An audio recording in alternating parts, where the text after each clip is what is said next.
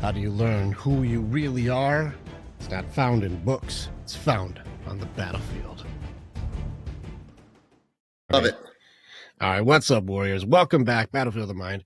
I'm back with Dr. Jack Rocco. I was on his show, and now he's on ours. And I'm really looking forward to doing like the deep dive in the conversation with you. So let all my guys know, well, who's Dr. Jack Rocco?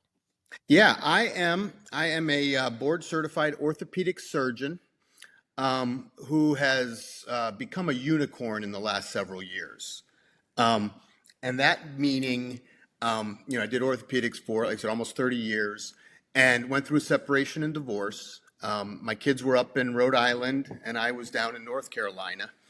So, finding a decent orthopedic job up there was a little difficult, competitive area, 58, 57-year-old guy at the time trying to get into that market, and I didn't necessarily want to go back to rummaging through the ERs for broken fingers and toes, so, but I wanted to get up closer to the kids. So I took a job doing laser liposuction. And, so I went from the very hard bones, chisels, screwdrivers, saws, good old school manly orthopedics. So I went from that to pinky out doing laser liposuction to contour and develop the contour of a female, carving out the waist, snatching the waist, as the kids call it. So I did liposuction for 2 years. And it was my intention at the time, I had a 2-year obligation to the company to do it. So I did 2 years of liposuction. And, like I said, it was a transition. It was a crazy transition. And I ended up liking it. I liked it a lot. It was still, like I said, carpentry can be chisels, saws, table saws, lathes, but can also be rasps and, carving. So I had great results with it. Patients were satisfied. But I also had the goal of getting into an office-based orthopedic situation. 30 years of taking call and fixing hamburger on the end of legs, night after night after, not, year after year, it starts to wear. That's a, trauma and call is a young man's game. So I wanted to get an office-based ortho. And I also had this interest in opening a men's clinic. That's been something that I've been involved both personally and, as a side interest, and, being a guy, being former military, orthopedics, I grew up in a very patriarchal, the previous male-dominated type of world. And I've just, over the years and during my practice, you see a lot of guys struggling out there. You see the wounded warriors coming back, and they've been in charge of 300-400 guys, storming the castle and leading these guys in various missions. Then they retire at 40-ish. And I'd see these guys in the office, and that's when the shoulder starts, the knee starts, the back starts, the hip starts. But more importantly, these guys, not only were they physically being challenged, but also mentally. These are guys who were, top of their game. And then they come out in the real world and it's like, you know what, we got a great job for you running a forklift at the, Walmart distribution center. And I think a lot of these guys, between their physical ailments that maybe didn't bother them when they were in the service, they kept in shape, they start to hit them. And now they're restarting again. So, the idea of a men's clinic, they're popping up. The men's clinics are, a popular thing now. And it tends to be, testosterone, ED treatment, various, penis injections and what have you. But, most guys aren't coming to me complaining about their penis. Guys won't do that. But they do come in and they complain. It's the big head, not the little head, with most guys when it comes to their health care. Whether it be, they've had a cough for years and they just ignore it. It'll go away. Men ignore, they take better care of their cars and their preventative maintenance on their weed whacker or lawnmower than they do themselves often. A lot of guys, not all, of course. So when I opened up this men's clinic, that was some of my, to take some of my orthopedic skills and, treat those non-surgical, you need a cortisone shot, you need a PRP injection, diagnose and treat some of the, the basic orthopedic issues along with the men's health. And I also wanted to get, the men's issues, the testosterone, et cetera. But I also wanted to incorporate, the 2 years that I did liposuction with, I really dug deep into nutrition, and, surprise of surprises, good health usually comes from good food, exercise, sleep, healthy relationships, all those basic things that no one can market really, so there's not a big promotion for it. But it's something, similar to what you do. You told me or you told us, men need men. That's all I need to know. That's true. That's simple. Everyone understands that. And, I was also a Shriner. I was a Mason and a Shriner when I was back in Pennsylvania. And I love those organizations. Same thing. It's the guys would show up. Didn't matter what. We would have these barbecue chickens, chicken sales, in February in central Pennsylvania on top of the mountain. And it's literally 10 degrees, 20 degrees. And there's 50 guys out there flipping chicken on this thing, baking chicken, selling chicken. We'd have, you name it. We used to have 80s prom night, So all us knuckleheads, me included, I went and I bought 20 mullet wigs that I handed out to everyone. So everyone's in the back, we're bartending for these events. Like all the Shriners, the guys, they get together. There's always guys there doing stuff, and it was just a great experience, So people would come up to me like, "You look familiar. Who are you? I can't tell you who you are." They're a patient of mine. And they're seeing me there with this baseball cap and a mullet, and then I take it off and like, "Oh, Dr. Rocco, how are you?" So I really enjoyed that.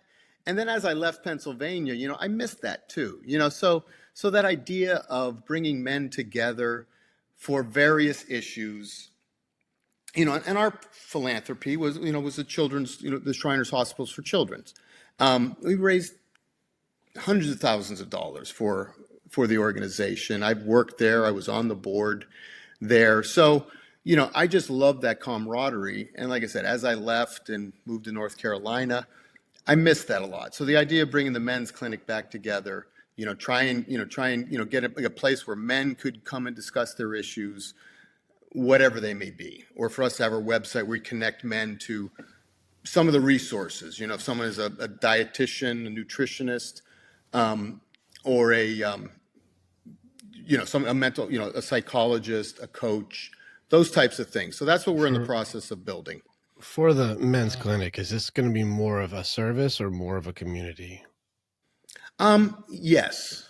I think that the service, the testosterone, those services are things that we, do and sell to keep the business open. It's a service, and a lot of places do that. Sure. But I would also like to have, as it expands out, and that was the purpose of our podcast. We have the Ultimate Men's Clinic is the name of our clinic, and the Ultimate Men's Movement podcast. That's where we talk about those things. Those are the freebies that we're giving out to the community. We've had lectures on, we had discussions on total hips, we did shoulders, knees. We've done, men's mental health, suicide. We get into suicide a lot. I had an adoptee on a couple weeks ago discussing, the nuances of a male adoptee. And that kind of, that we can get into that a little later, but my entry into the mental health awareness arena came from my own mental health struggles surrounding my adoption. So, I'm an I was like many knucklehead orthopedic surgeons, male orthopedic surgeons. I never had any mental health issues. I never had any issues. You swallow them, You you just didn't bury call. them, you You just don't didn't talk call about them. them. You just Pardon didn't me? call. You just didn't call them mental health issues. Correct. Correct. No, I know. I just don't call them I'm that. being I'm being sarcastic. I It's know. like, Yeah, I got it. rule number one of Fight Club, don't talk about Fight Club. I Rule mean, like number about mental you, health, you don't don't see the talk about it. scars. Yeah. You don't, like I know. Yeah. Yeah. Um, so like I said, bringing the mental health into the men's, I'm evolving. I'm trying to evolve my career as I'm entering my 60s. Let's Um, team up. I want to team up with you, Doc. Like it's cool that you've got a lot of stuff that we've done and a lot of stuff. mhm. I want to team up though. Let's steel sharpen steel with each other. You found some things that like I got to work on this thing or the thing I had to kill. And there's people are more interested in what do we have to do to kill something than necessarily what is something that has been done. And so you're like even the adoptee element of being wanted or not wanted and the element of belonging and not belonging, the core human need element in there. Happy to like, what did you find? How did you beat it? And then what did you get? And then if it's still Yeah, I'll show you another way to kill it because I've killed it right. 1,000 No, times. I'm here to educate and I'm here to learn. And I've listened to a number of your podcasts and I love them. I love your preciseness. I mean, you really are a surgeon with your problem solving skills, and you've got this Swiss Army knife that you put out and you're like heart, mind, I love it, and you don't address every problem the same way, but it's a similar, let's dissect this out. Let's approach the problem. Let's expose the problem. Let's try and deal with what we can fix. Let's accept what we can't. I mean, I don't mean to tell you No, no, what you do, but your observation is good. I can see you're very strong here. I'm still asking about this thing though, Doc. I'm like, what's my doc got? I want to see what did you find? What's your no, thing? exactly. So like I said, I was perfect up until I got married. And, I say most things in sarcasm, so don't hold me to anything that I say. You lay it on thick. I caught on to it pretty quickly. Yeah, I got you. maybe I'm a drama queen or something, but and this is kind of how maybe I set the book up. This is how I set the book up. Okay, um, my book is a memoir. My book is recycled. This is the book that I wrote, which is basically 200 pages of my inner thoughts and therapy. I once again, I'm not condoning this. I'm not recommending it to anyone, but let me tell you, like I said, I was perfect until my wife got pregnant. And I'd been adopted my whole life. And, this perfect armor that I carried with me had only one chink in it from when I was like 31. Okay. And this is when I quickly polished out that chink and moved on. But the chink involved a blind date when I was in residency. And I went out with this woman and we're talking, first time I met her, and I'm like, what about your parents? And she's like, well, it's interesting because I was adopted. And I'm like, oh, interesting. I was adopted. And then, all I really knew about my adoption, my story, my history, the only thing I ever knew about it was that my parents were two young college kids who got pregnant. They couldn't afford to keep a baby, so they gave it away to a good family so I could be raised properly. Right? Sounds like a beautiful story. And turns out a lot of children from that era, the era where I was adopted was called the baby scoop era. And it goes from about 1940 to 1972. There were 4 million children that were adopted during this period. 2 million, I think, in the 60s. So it became, it was really an experiment because prior to that, it wasn't such an industry, and there was a woman in the 20s or 30s, I think. Her name's Georgia Tan, and it turned into, a lot of people refer to Georgia Tan in the realm of child trafficking. She was taking babies, underprivileged women, destroying the birth certificates and putting them up for adoption because they didn't have a family. Meanwhile, they did have a family, but no one wanted to support the family. The girls were talking, whatever. So I asked this woman, I say, oh, what about your parents? What about your parents? I was adopted. Oh, that's interesting. So was I. She's like, really? I'm like, yeah. And she was like, that's interesting. She's like, turns out, I said, well, everyone always asks me the question, did you ever want to find your real parents? That was one of the questions. Everyone always asked me that growing up. Legitimate question. And I never did. I came from a good family, loved my family, wouldn't betray them by looking for my mother, my parents. Um, so I just loved my family I and want appreciated my family. Go ahead. I want to make sure if you looked for your old parents to see who they were, that's a betrayal of your family. We feel that way. This is No, a I actually no. really You're want right. the opinion. I don't understand. If I was like I was adopted, who were those people? That's a like the knowledge would be betrayal. It's once again. I'm saying this thing. I don't believe it. That's a sarcastic statement. Okay, But what? I really didn't understand because as far as Yeah. even like a No. literal standpoint, I'm like I don't No. think that's Not the right. literal. Not literal. But there's that sense of betrayal that Okay, how and I've experienced it. It is a real thing. And if you can talk to can you help me with that? Like I actually do want to hear like the real thing on that one because I don't understand that. How is you that one knowing something comes from, betrayal? yeah, that comes from the adopted parents, the adoptive parents, typically. Can you give me kind of the sentence that would be structured like to be like if you do this that would mean this like Yeah, why would you want to look? Why would you want to look for your, those people gave you away? It's this sense, whether you're told this as a child or not told it as a child, there's this sense that why would you go look? You're our child now, because that's how adoption was set up. Uh, oh, hold on. I still want to understand what they're saying. So they're saying like why would you do that with a cadence of like fear? it's a little bit of a Stockholm syndrome. Sure, I understand that. You I know, still want to know like the real the real meaning it's or all purpose psych. of that. It's all a part of the battlefield of the mind. It's the Right. fog of war. So I'm It's a with you. I want to it's team a up part of with the you on fog this of one war. because it's a For belief me, like I system said, that for me, I don't you think know, it's a betrayal. I really I don't understand the well, one, it was illegal. First of all, it's been illegal. Like I have two birth certificates. I have one birth certificate from the day I was born, Mhm. and then I have a second birth certificate from when my parents got me. Right. And a lot of adoptees will talk about the got day. That you don't really have a birthday, you have a got day. Especially during this, like I said, that baby scoop era of Sure. adoption. Your birth certificate was locked away. You couldn't access it. Like I did not have the legal right to obtain my original birth certificate. And What was the purpose for that? Just out of curiosity. the concept of, well, for privacy of the birth mother, Okay. a lot of these, there's a book written by a woman named Ann Fessler, and it was called The Girls Who Went Away. And many women back in that era, this was before contraception, premarital sex was taboo, contraception was not available till the 60s, condoms were looked down upon, the Catholic Church, many organizations, that these women, they would go to these, a girl would get pregnant and she would go visit an aunt.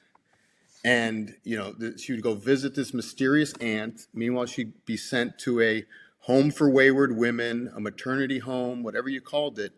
And these women were, they would put wedding rings on them when they went into the organization. And there were many. There was Catholic Charities. There was Florence Crittenden Homes. There was Weiss, I think. There was one, the Catholic Church, did one. There was one that was more of a Jewish based. Florence Crittenden, I think, was more just a nonprofit. And these women would go for the last 4 to 6 months of their pregnancy. They would live in the convent or live in the home for wayward women. And I've heard people talk about this. You would see, they would see these girls, all these pregnant girls, like out at the grocery store or out at the shopping market, and it's just like those are those pregnant girls, those unmarried pregnant women. And a lot of the training that they went through was to convince them that you're not going to be a good mother. And some of the women would have to write down on a sheet of paper, what are the things that an intact family, a mother and a father and cousins and aunts and uncles, what are the things that this intact family can do for your child? And what can you do for your child as a single 18, 22-year-old mother with no resources, no education, no husband, no family. You know, your mother's mad at you, your father's pissed off at you, your priest doesn't want to see you in church with that big belly. You know, your doctor says, I know some people that can take care of this problem, because this is pre Roe versus Wade. So there was no, you know, abortions were done in back alleys. There was no open, you know, we are so much more transparent nowadays that, you know, these things sound ridiculous, but it wasn't that long ago. You know, I was born, I mean, it's longer ago now than it used to be, but I mean, I was born in 1966. And in 1966, I said these things weren't available. Interracial marriage was still illegal. I You know, get the times. Like I got writing and stuff on these, and so I could pull up my writing, and like I've written on these things before, and so I was like, these are very familiar things. I watched these transgressions that are done, and the abuse of goodness mm-hmm. and the weaponizing of goodness is used against these women, and so I kind of want to stay in this like area for a second. This is the way that it's described, and the way that it sounds like they use something that is a good thing, and they weaponize goodness as a form of evil. This doesn't look Yeah. And good. like I said, and the This women, looks this it's what's one thing to do something unkind or to do something foolish. That's a different thing. But to intentionally use your goodness as a weapon is as dark as I can think of. And this is I wrote things. I wrote to abuse and weaponize love, innocence, compassion, vulnerability, and trust. So this is the evil of mankind, and betrayal is the exposure of your evil self. The desire to betray goodness to get selfish joy from the destructions of others. This is the evil feminine. But also mm-hmm. those who use love, innocence, compassion, vulnerability, and trust to deceive to get what they want and betray goodness. This is not a nice guy. This is a bad man. Like these are the elements of the bad masculine. And these are like the people who will abuse and weaponize goodness. And these are people who, like, having a baby is a beautiful, a miracle thing. It's a wonderful thing. But then to make somebody have so much shame around their goodness in order to destroy who a human being is, to control the outcome of another life and call yourself working for God. Listen, I try not to Matthew 7:1 this too hard, but that sure doesn't seem like a God move. You're doing it, Rick. You're dissecting down to the core. Shame, guilt, weaponization of these things, you know, and you know these things have happened for, and the issue is that these things, you know, people have been having sex, you know, since the beginning of time, and people have been married under, you know, whatever government structure creates marriage. And at some point, you know, whether it be Victorian era, I'm not a, you're probably more, I mean, you could Google these things, but, you know, Well, at what point did I know they marriage changed it, and yeah. marriage and childbearing, you know, become inseparable, that you cannot have a baby if you're not married? Well, it's the judgments of Yeah. people. And again, it's the adhering to the opinions of outsiders that makes it so that your measurement of authenticity is based on the appraisals of people who are blind. And so if you're measuring the worth of who you are off of the opinion of somebody who has no fucking clue who you are or what you're doing or what's going on in your life, they just have a judgment. And that's where your value comes from. You'll always be wanting. You'll never be good enough. And so Boom. that's what I see with these things is it's like what a psychological and more spiritual demolition of a human being in order to do what? To take their baby away from them? I'm still trying to understand the organization itself. I'm going to Yeah. destroy this woman It so I can wasn't, take their child. yeah. You know, I wish I could say it was one organization. Well, let's just say And any the purpose of them. but hey, Rick, it's still happening today. I believe it is, and this is It's in different contexts. And you know, you know, you just jumped ahead. I don't like. This is going to be something No, funny, Jack. I'm going to tell you something. If you go to any of my classes and anything I do, I don't like stories. mm-hmm. It's not necessarily a good thing for books because my writing, my guys who help me edit, they're like, people need stories to connect. And I'm like, Yeah, I don't like right. the stories Well, because like the it takes problem me into is, the weeds. yeah. So anyway, so I told you, like I said, you're right. But guess what? My whole life was a story. None of it was based in fact. None of it was based in anything concrete. But like I said, I was told my parents were two young college kids, blah, blah, blah. Okay, Gotcha. so now I meet this girl and she says, hey, I was adopted too. And she's like, yeah. I said, hey, did you ever want to find your real parents? And she's like, yeah, it's interesting because I grew up hearing that my parents were two young college kids who lived the same story. This woman I just met, same story. And I'm like, really? Like all of a sudden I was 31 years old. I was an orthopedic surgeon, senior resident in orthopedics. I was on my way to the Air Force. I thought that was a true story. I thought that was my story. And that's all I knew. I had this little grain of a story, but that was good enough for me because I had a good family that I adopted. They adopted me. I adopted their story. And I say in the book, I was born in Erie, Pennsylvania, and my last name is Rocco. It's an Italian name. And as an Italian in Erie, Pennsylvania, you are automatically Catholic, Democrat, and Yankees fan. So those were the pillars of my life. I was Italian, Catholic, Democrat, Yankees fan. Those are the corners of my wall. And then over top of that was my grandfather's immigrating to America. That was the roof. We were American. So that is my foundation of my identity. And I know you talk about this a lot. And I know you talk about grieving. And I said, as soon as I started hearing some of your episodes, I'm like, dude, it's all in here. And I went through it sitting in that chair over there during the pandemic by myself, recently separated, recently divorced, in the process of getting divorced, thinking, what the fuck happened? Everything was perfect. Everything was perfect. What the fuck happened? For me, the 800-pound gorilla in the room was always this adoption thing it just always hovered over me, So anyway, so this woman tells me that, and I'm like, really? That's my story. So my whole story was just blown away, before we even made it to the salad, of the dinner. And the way I would describe it in the book is like, I got smacked in the face. And then, I said something else and she smacked me back in the face. All her words just like left me dumbfounded. Like, really? And she's like, we need to go down and pick up this book called Journey of the Adoptive Self by Betty Jean Lifton. I'm like, okay. We go down to Barnes and Nobles. We pick up this book. I don't know if I kissed the girl, said goodbye, got her number, whatever.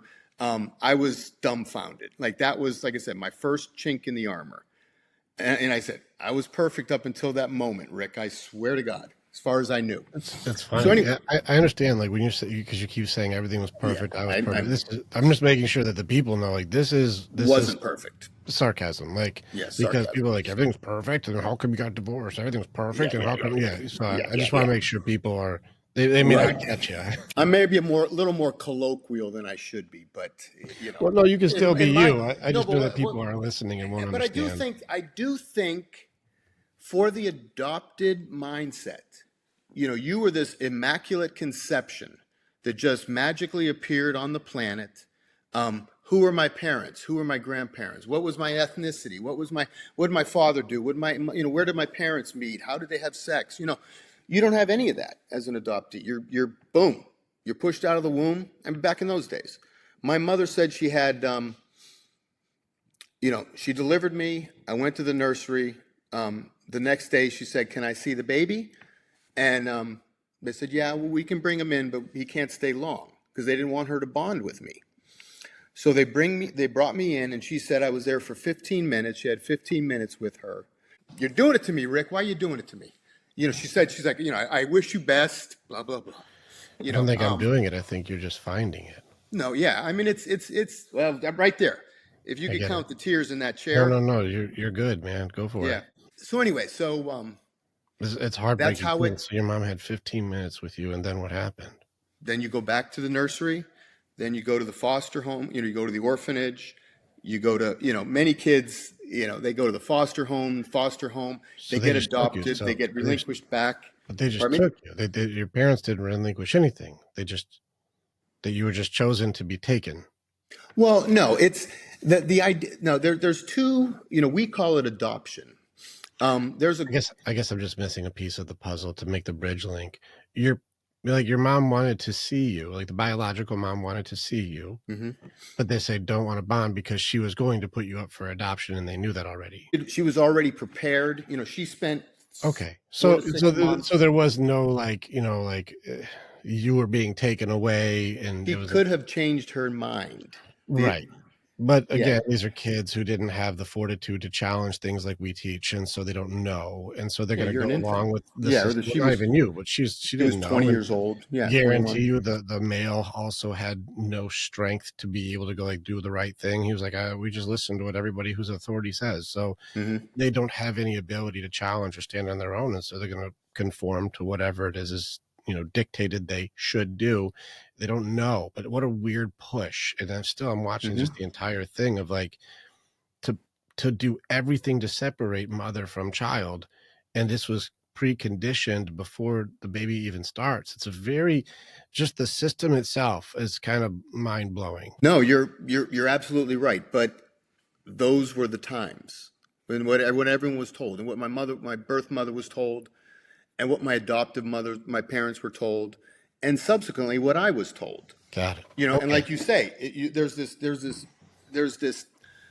My under, I'm, in that chair, I went back to the womb. It's sad. This is a sad thing. Yeah. Yeah, I went back to the womb to try and figure out what the fuck happened.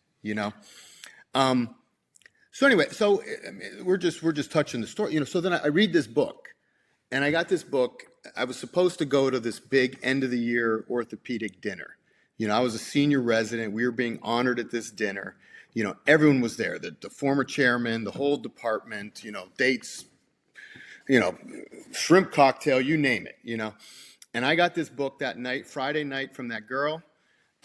Next For the next 24, 48 hours, I just like, wow, underlining, circling, holy shit, dude.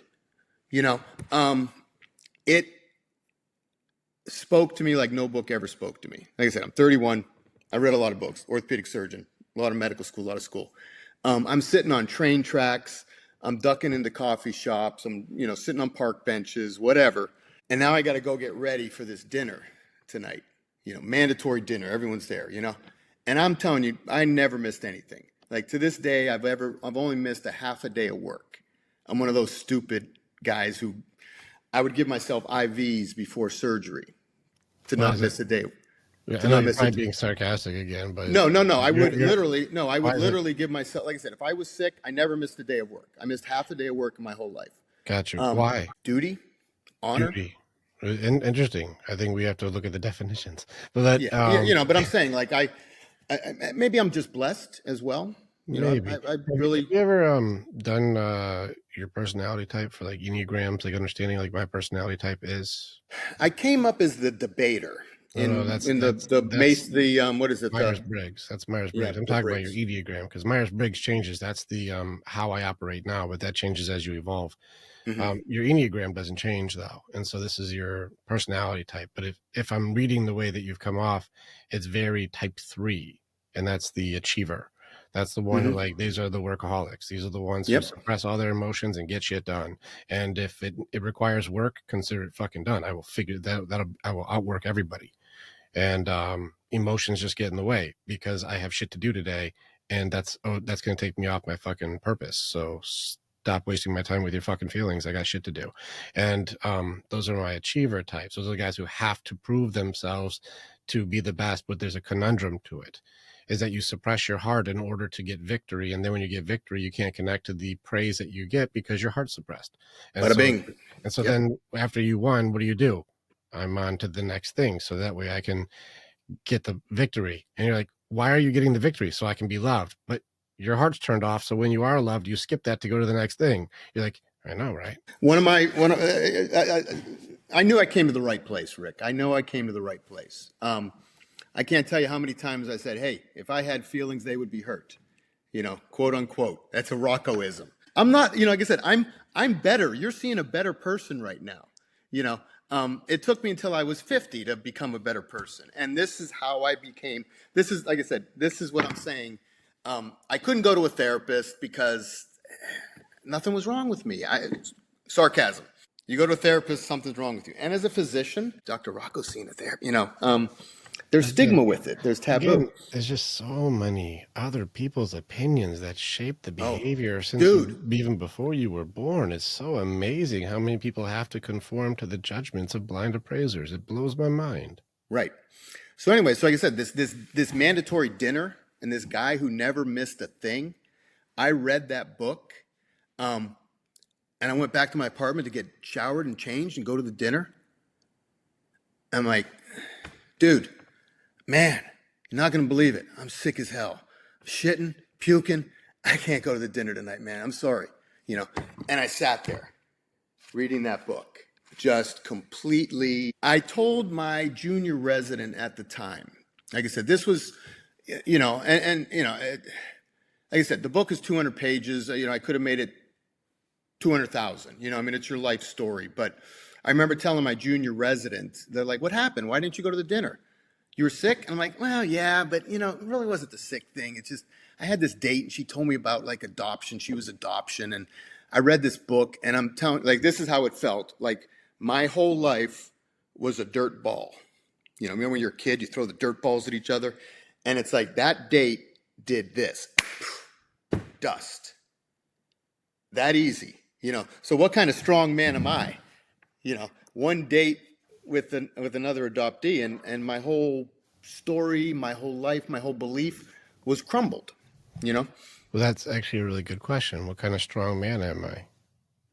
And then like this is the reality of it is almost everything that you were doing was lying. And so as soon as somebody gives you some truth, it's gonna fuck your ass up. What kind of strong man am I? I'm like, oh, don't check, because if you have to be great, I'm gonna fall the fuck apart. No, I'm only as good as my facade, and as long as you don't check the capability or the competency of my authenticity, I'm the best. Yeah. I'm the fucking best of the And best. then, and then it's also it's the church as well, the power of the church. And like I said, when I talk to my parents, they're like, yeah, the nuns told us you were Italian, German, and Irish. Same as us. What are the odds? Amazing. My parents told me that my birth parents were also Italian, German, and Irish, like an identical mirror image of my birth. My birth parents were a mirror image of my adoptive parents. I love that the nuns take such liberty with reality. Right, exactly. You're catching on. So now I'm after talking to this woman, I'm under the paradigm that the nuns lied. The nuns lied about me, Inconceivable. Unbelievable. Correct. Right. Nuns wouldn't lie. How could they? Oh, wait, Rick, the story gets better. I know you don't like stories, but all right. So I go into the military. I bury it. I bury my head in the sand. I'm like, screw that girl. She wasn't that cute anyways. I don't even know who she was. I'm just saying, like, I never went out with her again. Justification for you getting robbed. Yeah, it was too painful. It was too painful of a date. So I'm like, I got to go to the service. I got doctoring to do. I can't deal with this emotional nonsense. Yeah, I know what flight looks like. Yeah. Right. So I go into the service. So like I said, some of the, how I set the book up, maybe that's my creative liberties that I took with the book. Just like this, and it was a successful childhood, successful school years. I get through residency. I'm like a couple months from being done with residency, and this one date just crumbles my whole life. Anyways, so I bury it. I go into the military. I get out. I get married. So now we're up to speed. Okay, so I get married. My wife gets pregnant within the first 2 months of the marriage. And, while she's pregnant, she says, hey, don't you ever want to find your real parents? I'm like, oh, good God, don't start this nonsense again. You know what I mean? Like that date, my wife now brings it up. Don't you want to find your real parents? I'm like, no. And she's like, what about your medical history? I'm like, I'm 37 years old. I'm healthy. She's like, what about the kids? Aren't the kids going to know their medical history? I'm like, nope, they know me. Don't you think they should know? Nope, I didn't know. I did fine. Leave me alone.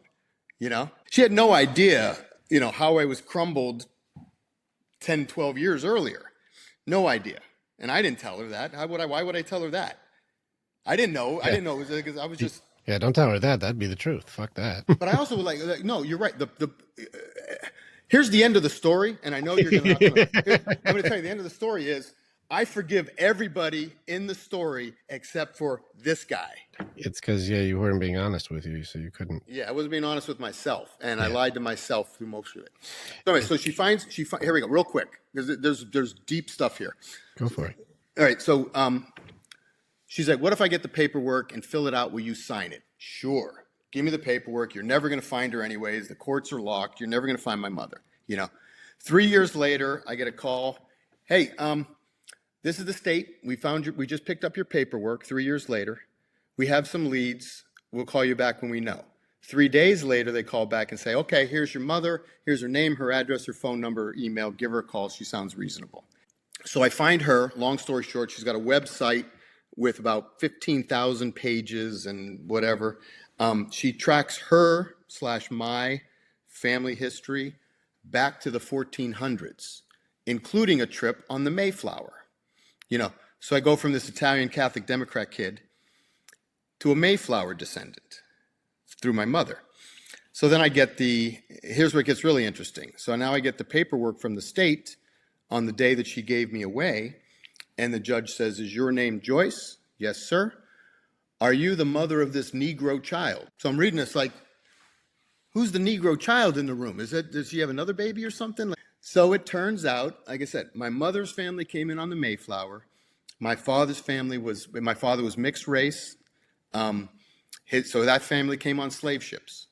He was light-skinned. My mother was white. I got darker when people were like, you don't look black. You don't look black. I've heard it 1,000 times, but my father didn't look. But my father had 8 brothers. This is really interesting. 8 brothers. One lived his whole life as white. The same parents, but like the mother. Another was a Black Panther during the 60s. So you got this like one guy who's the ultimate passer.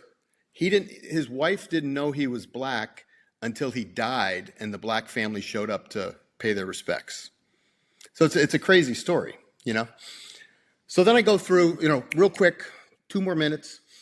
I dig into like black history, the whole thing. What does all this mean? I go, okay, I'm English, I'm black.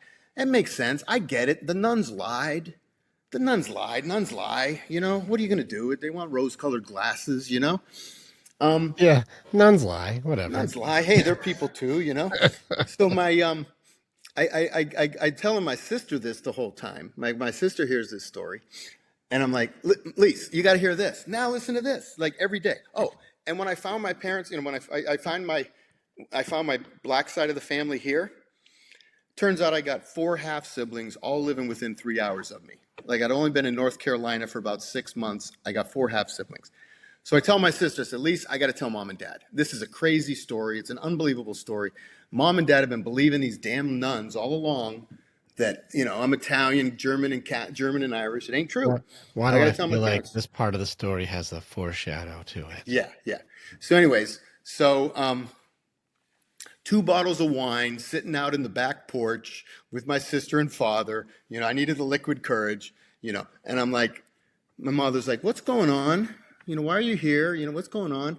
I'm like, well, about 12 years ago, here comes the betrayal. And this is how I worded in the book. As 12 years ago, Carrie Ann asked me if I wanted to find my real parents. Jack. She looks at my sister and says, you're not doing this too, are you? Like I was a serial murderer, and my father is sitting there. My father is sitting there like red face, shaking, can't say a word. And I finish the story. I tell him about how I find my parents and all the details. And he goes, Jack, all that stuff you just said, we already knew that. 5 people went to their graves with that secret. And I'm like, I didn't even tell you a secret. I just said I found my parents. I didn't say anything about my race or anything about any secrets. He goes, the nuns made us tell everyone before we brought you home. What? That my father was black? Yeah. So it wasn't the nuns. It was never the nuns. My parents and all the adults in the family, I felt like freaking Truman Show, Everyone in the family knew my racial blend. They knew I wasn't Italian, but, like you said, I'm an achiever.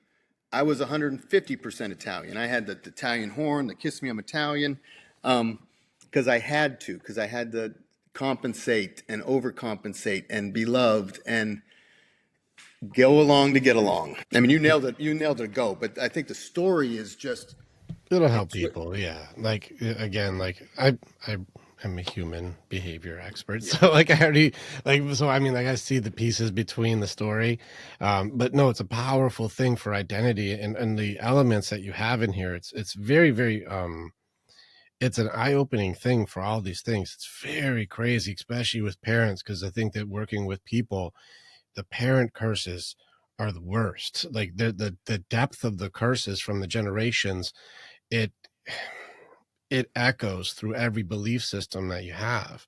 And so it's important for you to discover these elements. And it's important to, I actually talked to the guys this morning. I was training this morning and I was telling one of the guys that it is important that we have to, at some point, outgrow your parents. It's part of, you know, the Freudian and the Carl Jung, and they get into the death of the father and all of Mhm. these elements where, like, as a man, there has to be a point where you look at your father and you're talking to him about something and you go, holy fuck, I know more about this than you do.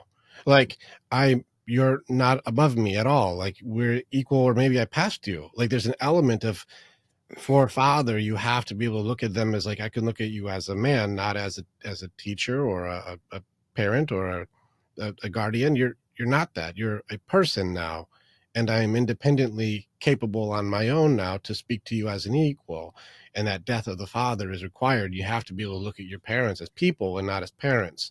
And this is a very healthy thing to do, by the way. It's a part of that rite of passage for manhood to look at your parents and go, you're people. I don't have to listen to you anymore. Right. You're people.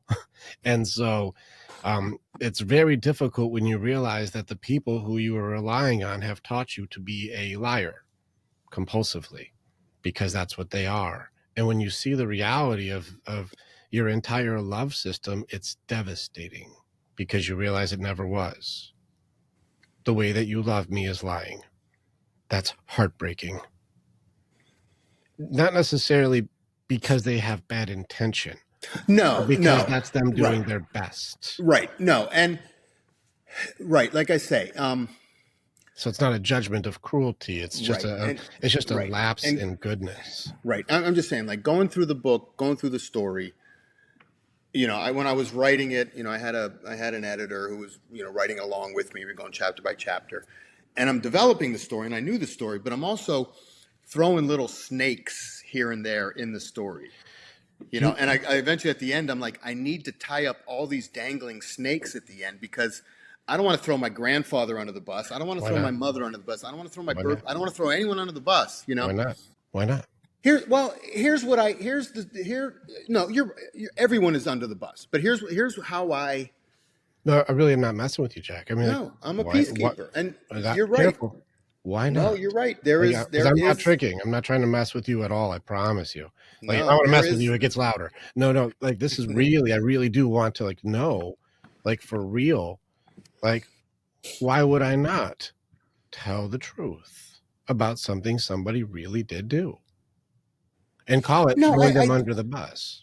well here's how I summarize it. I use the old there were the what are they called, like successories, they show a guy running up, endurance, there was Yeah. also one that were called the one that were like the opposite of those.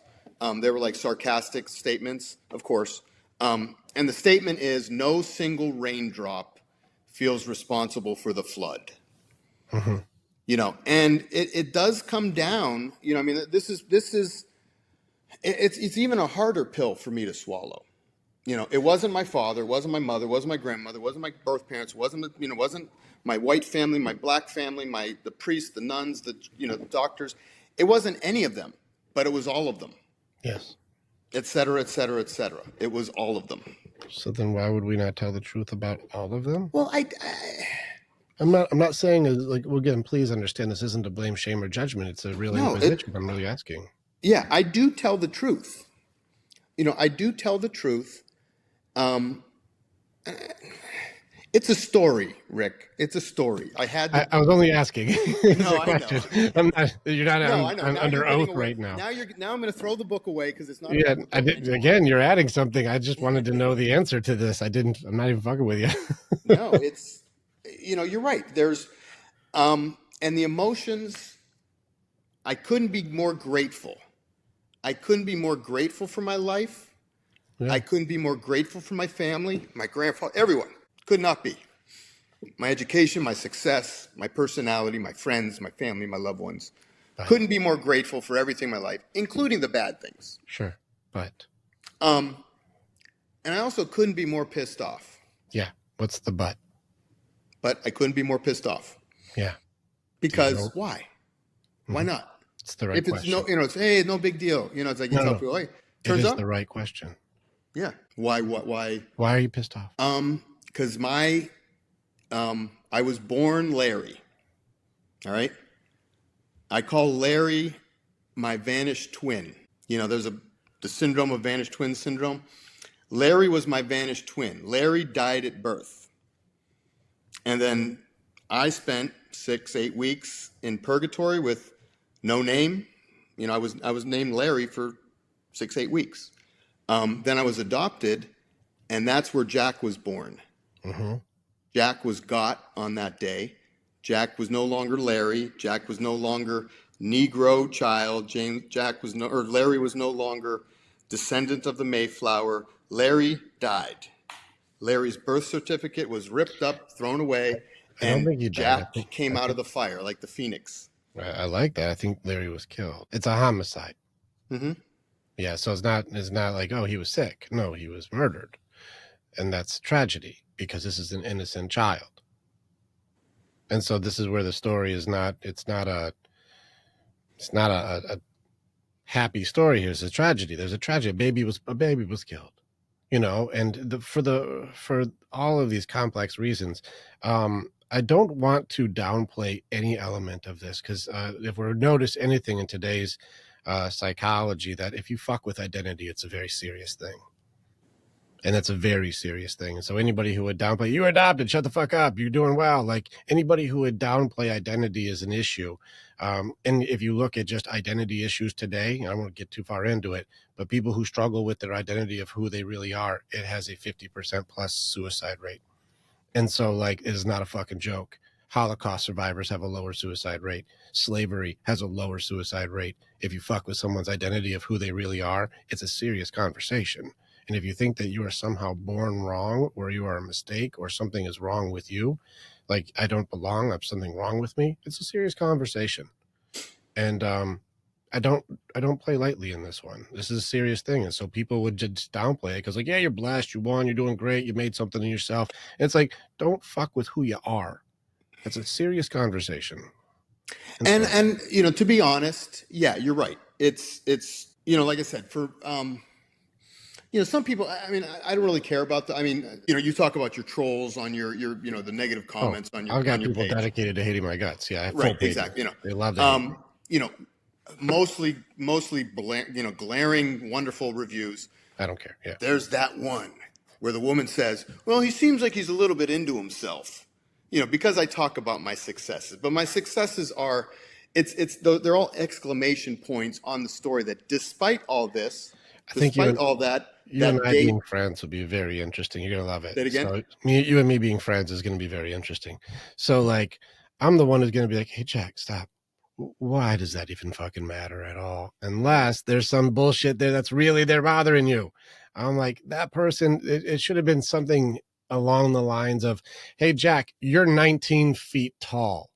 You're like, "Are we measuring with feet?" I'm like, "Yes." You're like, "Well, I know measurement and I'm not 19 feet tall. So that does not bother me because I know when I pull out the measuring tape, it is not going to say 19 feet for my height. So Right. that doesn't bother me Well, yeah. unless somebody says some shit that's really in there and you're defending something like, why would that bother you? Are you full of yourself? You're like, I'm not fucking full of myself. I'm like, what are you getting upset about? Fuck them. You're not 19 feet tall. Who gives a shit? Right. Well, I'm not recycled either. Yes. The title of the book. Mm-hmm. And in the book, when I introduced the first chapter, I introduced all my cousins. Aunt B was, the Yoda. Aunt Jill was the mother hen. And me, I was the prince. Interesting. I was the oldest son of the oldest son. And this I was was the the prince of adopted family. Pardon me? The adopted family. Yes. Got it. And um, I was. You were I mean, Moses, no one right? ever You, called me the prince, but it was like I said, I was the oldest son. All my cousins are like, whatever Jack did, they'd follow along, and Jack was the leader, and you know, um, of course, Jack was also like, what happened? Nothing. We were just standing out there doing nothing, and next thing you know, these bees are attacking us. You yeah. know, and everyone in the family's getting hit with wooden spoons. I mean, I think it's a funny. I tried to. I didn't think I could. I didn't think I could come out at the book and say, "Oh, this is a horrible, sad story." This is, like, shut up, dude. You're a doctor. You're whatever. Again, that thing. What? Why is that in there? That, like, I don't know why that's there. What's Because in there? that thing where you're like, you keep downplaying like things like that, and this is, I'm not trying to like analyze you here. I'm just trying to like catch like the No, conversation.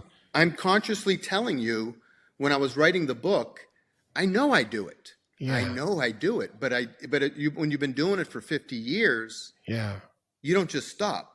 No, for sure. You Again, know? you're in my field on that one. So like, Yeah. um, it's just one of those things where I just kind of catch that it's there, but I think have you ever seen the Emoto water experiment? Have you ever seen this? Mm-mm. Okay, I think I have the book somewhere in here. All right, so Masaru Emoto wrote a book called The Hidden Passages in Water. It's fascinating research. He started doing it in the 90s. And what he would do is he would take, let's see if I can find images. So what he would do is he would take water Oh, crystals. I've seen. Yeah. You've seen the Go ahead. water things, right? It's It's like the certain words. vibrations in the air or something. Well, it was more the frequency of the words that we use. And Oh, right. so they would say certain words, and let's see, so this one would be like, you are cute. And this is what it froze is that you're a fool. And all they would do is say a word on these things. So this would be like wisdom.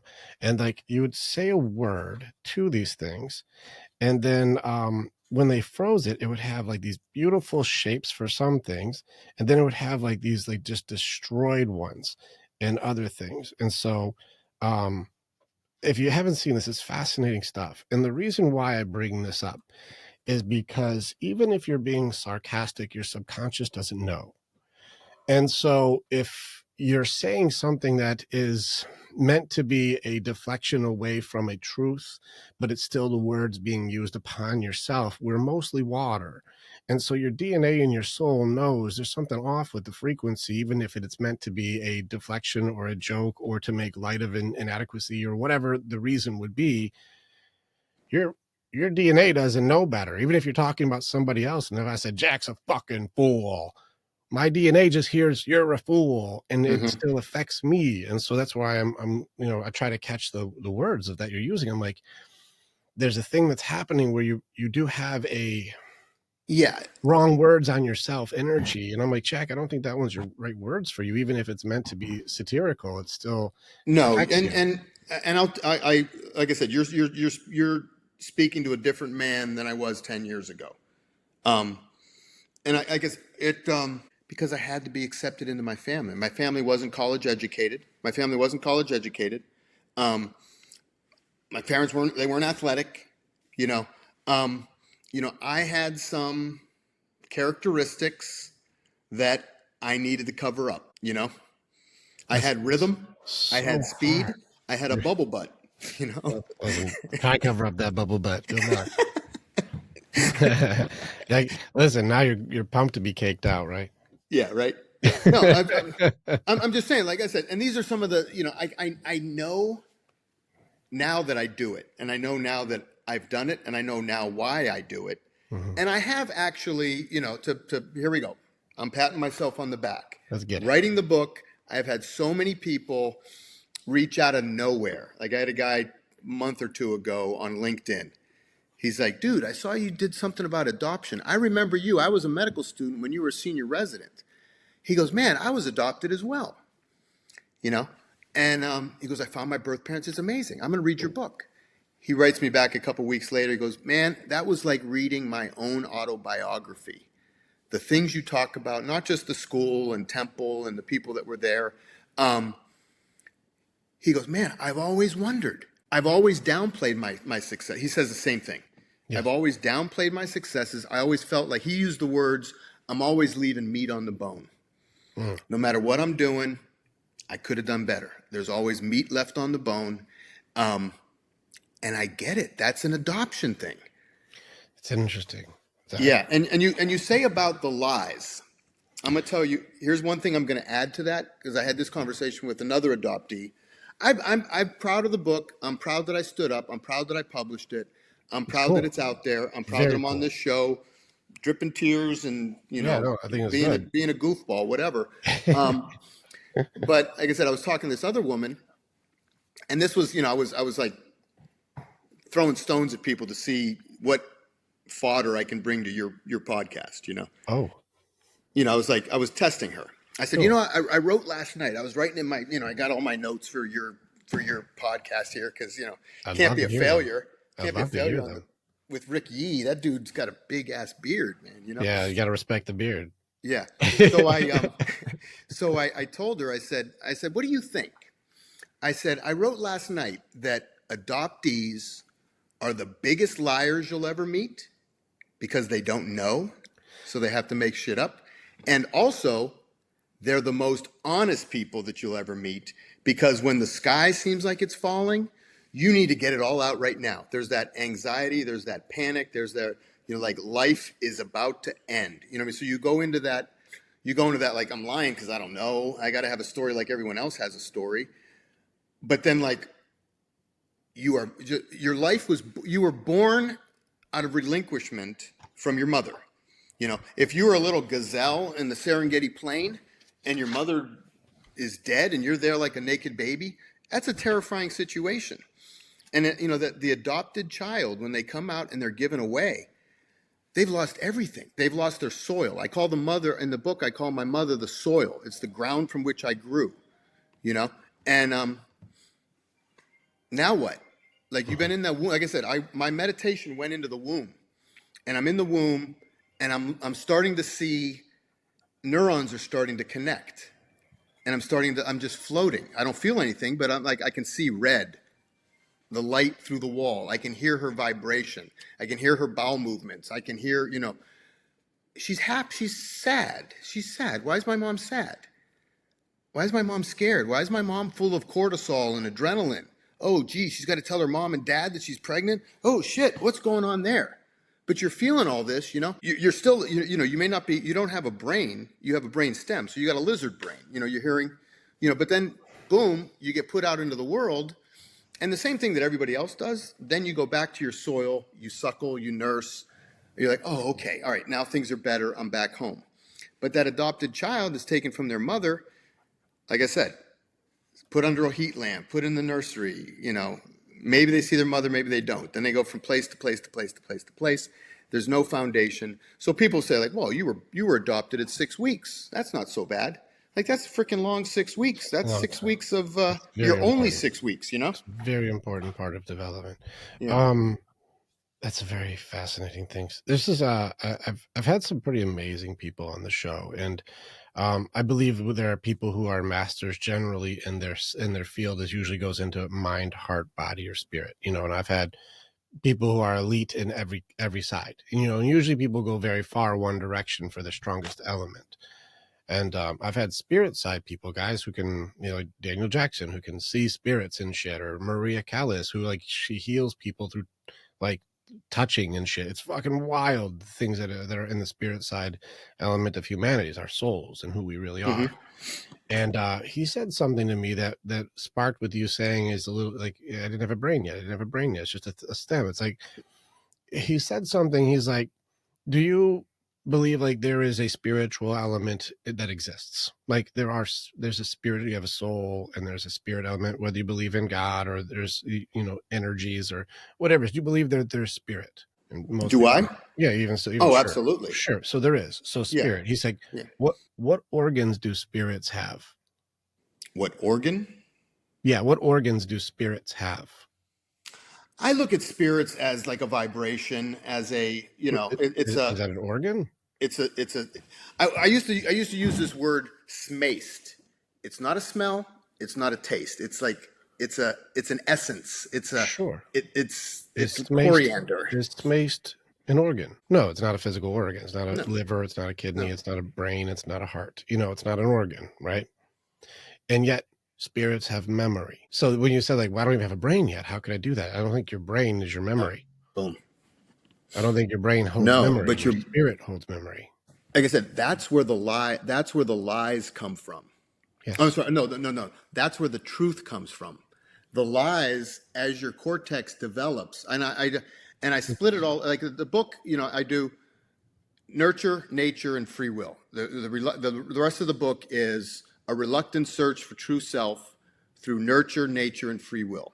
That's exactly it. It's like your brain stem. That is your nature. That is your fundamental core. I mean, it's an analogy. It's not. I got it. Yeah. So your brain stem is your nature. That's your natural self. So that as this outer orthopedic surgeon brain was molded and formed, The we need identity. the scalpels. We The need get persona. the external fixator. This boom. I'm an orthopedic surgeon. Control. But then all of a sudden, the lights don't work. Oh, Jesus Christ, what the hell? The lights aren't working. Your brain stem now is taking over, and there's that panic mode, because now the sky is falling, Chicken Little. Yeah. You're going into your brain stem, because that's you when you had that trauma as an infant, that is the memory of that separation, that holy shit, how the hell am I supposed to do this out here by myself? My mother, where'd she go? And I think a lot of adoptees have that. They do have anxieties. They Can I have, can I give you a different go on. perspective? Whenever I work with anybody, I do not work with them as a diagnosis or an identity. I think that most diagnosis is incorrect, especially when it comes to mental disorders, anxiety, depression, these issues. People will adapt themselves. I don't believe that the anxious attachments or attachments are even a thing. I think those are all created because none of them lines up. Like they don't make any sense. And so I really dismantle a lot of these identity disorders because they're belief systems that get implanted. And without challenge, you'll make sure that your beliefs are always right. Mm-hmm. And that's what people will always do. I do a whole training about like, you're always Easier right. that way. You wouldn't Well, get out of the house if you not didn't do that, not easier Well, because it's still a convenient. betrayal of self. And so we just call it easier because it's not being challenged. But if ever challenged like that date, your infrastructure would fall the fuck apart. And so as long as it's not challenged, it's easier. But if it's ever challenged for authenticity, I'm fucked, and so it's easier as long as the lie holds up. And that's why we have to challenge everything. And so the Mm-hmm. thing where like adoptees are just great liars, I don't know if that's true. I think these are just personality traits. And so the reason I bring this up is if you remove the diagnosis of adoptee or the identity of adoptee and say Jack as a human, like just as Jack the person, Mm-hmm. or Larry the person, whatever the fuck you want to do, it doesn't matter. Just say you the human being, and you remove all of these titles, you remove all of these, you're the orthopedic surgeon, you're an adoptee, remove all the stuff and just go, what is the decisions of this person and how does this person operate, or what are the patterns and behaviors of this person, and remove all of the externals. You start realizing that it's not necessarily because something has happened like from that makes a person that way. It starts turning into the conditioning of the environment you were in. Because I would be hard pressed if I had, because I have adoptees, but these aren't the conversations that we've had, because I remove that and go, let's go to core of who you are, the decision making of your authenticity, instead of my authenticity comes from this thing, which did impact the decisions you'll make, but it doesn't have to be the identity of you forever. And so I bring that up only because I don't think that that's true. The reason I brought up Enneagram, the reason I brought that up is because there's like 1 through 9 on the Enneagram for personality types, and every one has a deadly sin, if you will. It has a sin that it's Achilles heel. That's the weak spot. I am a type 8. That's the challenger type. And they'll be very aggressive and very strong and forceful. And the weak spot is like the lust or the passion element of it. And it's not always sexual. It can just be like too much fucking energy, it's that passion element is out of fucking control and people think they're assholes, and so it's a very aggressive type. You're also, I believe, one of the aggression types. There's 3 of them. And so 3s are also an aggression type, very go-getter, going to get shit done. You know what they say, like out of all the personality types, the two that are most likely to break 100K is 8s and 3s, most likely to be the success ones, because they don't take that shit and they fucking get shit done. Like those are the ones that are most likely to be the bosses, right? The weak spot on the 3s is deceit. That's the weak spot, is a control mechanism through deception. And you guys chameleon in a way that is remarkably good because you do it different. 4s also are chameleons. 2s will try to do it to heart side. That's a heart side thing. But the tricky thing about a 3 is they suppress their strongest element to achieve things. And this means you suppress your heart because it's a heart side. You suppress your heart in order to get shit done, which means I deceive myself to be able to progress or win or achieve or be first place or be the best. And that's its own conundrum. Each one has its own conundrum, just like my type 8 is the hurt child, if you will, who like, I will fuck everyone up, fuck you, fuck all of you, I'll fuck around and find out, you motherfuckers, I'm a fucking, and they're fucking like sociopath. Mm-hmm. But all I really want is someone to be close to me and hold me. But I do all this behavior that pushes everybody the fuck away. Right. That's my own conundrum, right? And the same thing with you is you truly want to be loved and truly accepted and truly belong, but you shut down the part of you that can connect to it. And that's where we have to defeat our Achilles heel. And every number does it. 2s are pride, 5s are greed, 7s are gluttony, 9s are sloth. Like they have their weak spot. And if you understand this is the Achilles heel, it makes it so I can work that shit out of there, because that's my Grand Canyon jump. When I can get rid of that thing, that's my survival system, or my natural resting autopilot state, my default program, if you will. If I can get that thing under control, then my authenticity can actually work through. And I don't think that your identity will be routed in adoption. It'll be routed in who you really are. And it doesn't require a birth certificate for your soul. Yeah. Thank you. Thank you. And you validated me. You validated me. Like I said, you took the scalpel, microsurgery. You did, dude. You did. Microsurgery. You went down. It's. I can't tell you how many times. How many times I used the word chameleonization. I was a chameleon. And at the end of the book, I think I come to your conclusion. And my next book, the title of my next book, if it ever gets done, is The Last Word from This Book. And the last paragraph of the book goes something like, I say at the end, I was never the prince. I was just someone they loved. And most importantly, I was never recycled. I was always authentic. I was put in a bad position. So then I said, I've been a doctor, a father, a husband, a failure, a success. I was, welcomed and abandoned. I was relinquished and chosen. But in the end, I'm probably at my best being me, authentic. And I think like I said, 2 years, however long it took me to write the book. The ending is very simple, but it's very true. And but going through that journey, like running through the weeds for me, I had to run through the weeds. I had to punish everyone. I had to forgive everyone.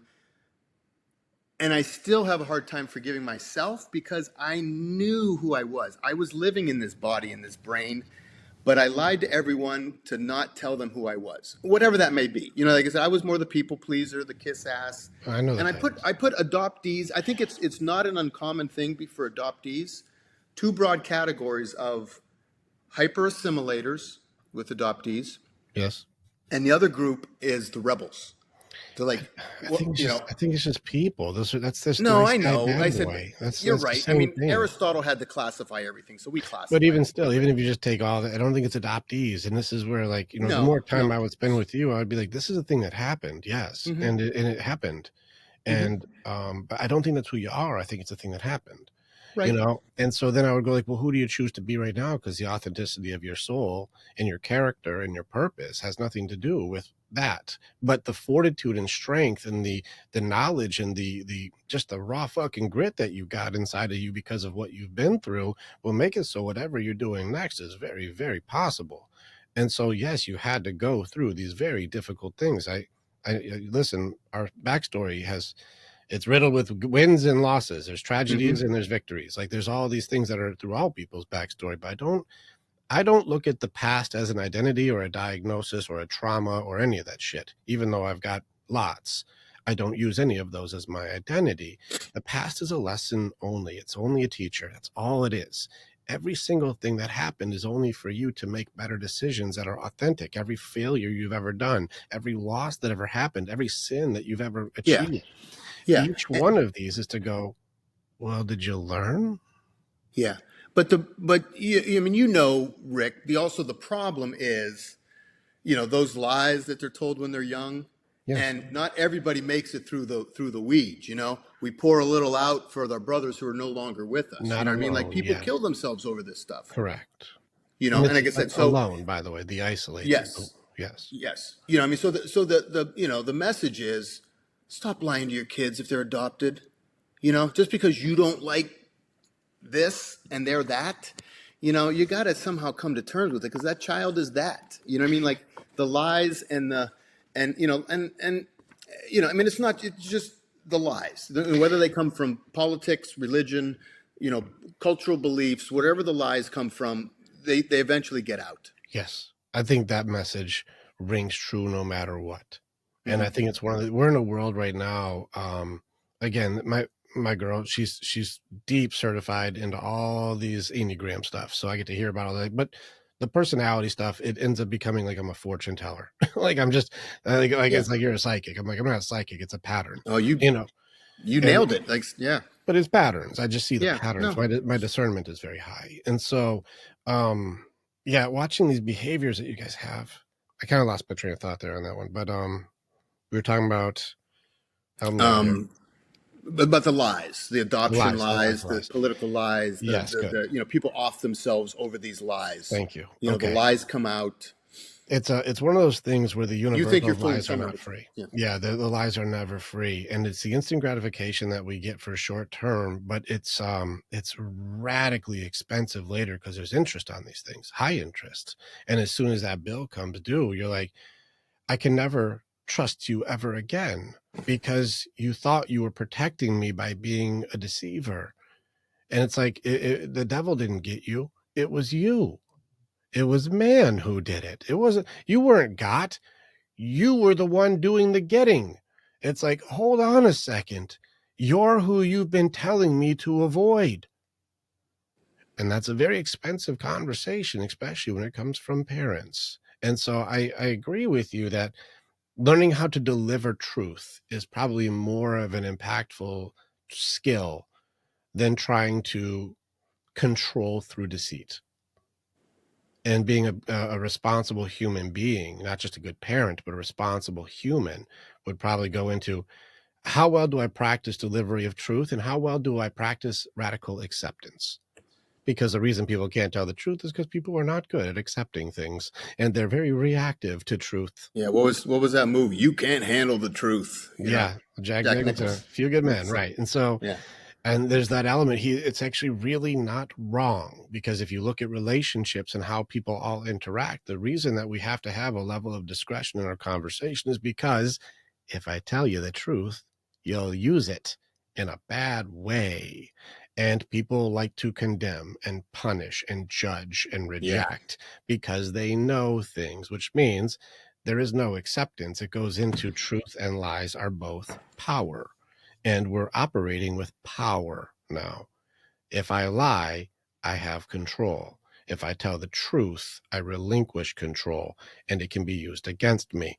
And people are not good with truth. And that's why your entire existence is like shaken when you start going, can we try honesty? And everyone's like, oh, you better fucking not. You better not. Then mom will go into manipulative fawning and dad goes into pink face aggression to try to force you to do what he wants. And you go, you're both doing manipulation Yeah. loudly. See what you think of this concept, okay? Okay. Because in the final chapter, I go on and I define nurture, nature, and free will. That's the subtitle of the book. So recycled, a search for identity through nurture, nature, and free will. And all the stories in the book encompass one of the two or a combination of the two. And it wasn't until, like part one is called nurture, okay? Because that was what I experienced first. That was my nurturing. I didn't know my nature, didn't know my birth parents. So part one, nurture. Nurture your mind with great thoughts, because from the heroic makes heroes. Benjamin Disraeli, quote, okay? Part two, nature. Have only one master, nature, Rembrandt.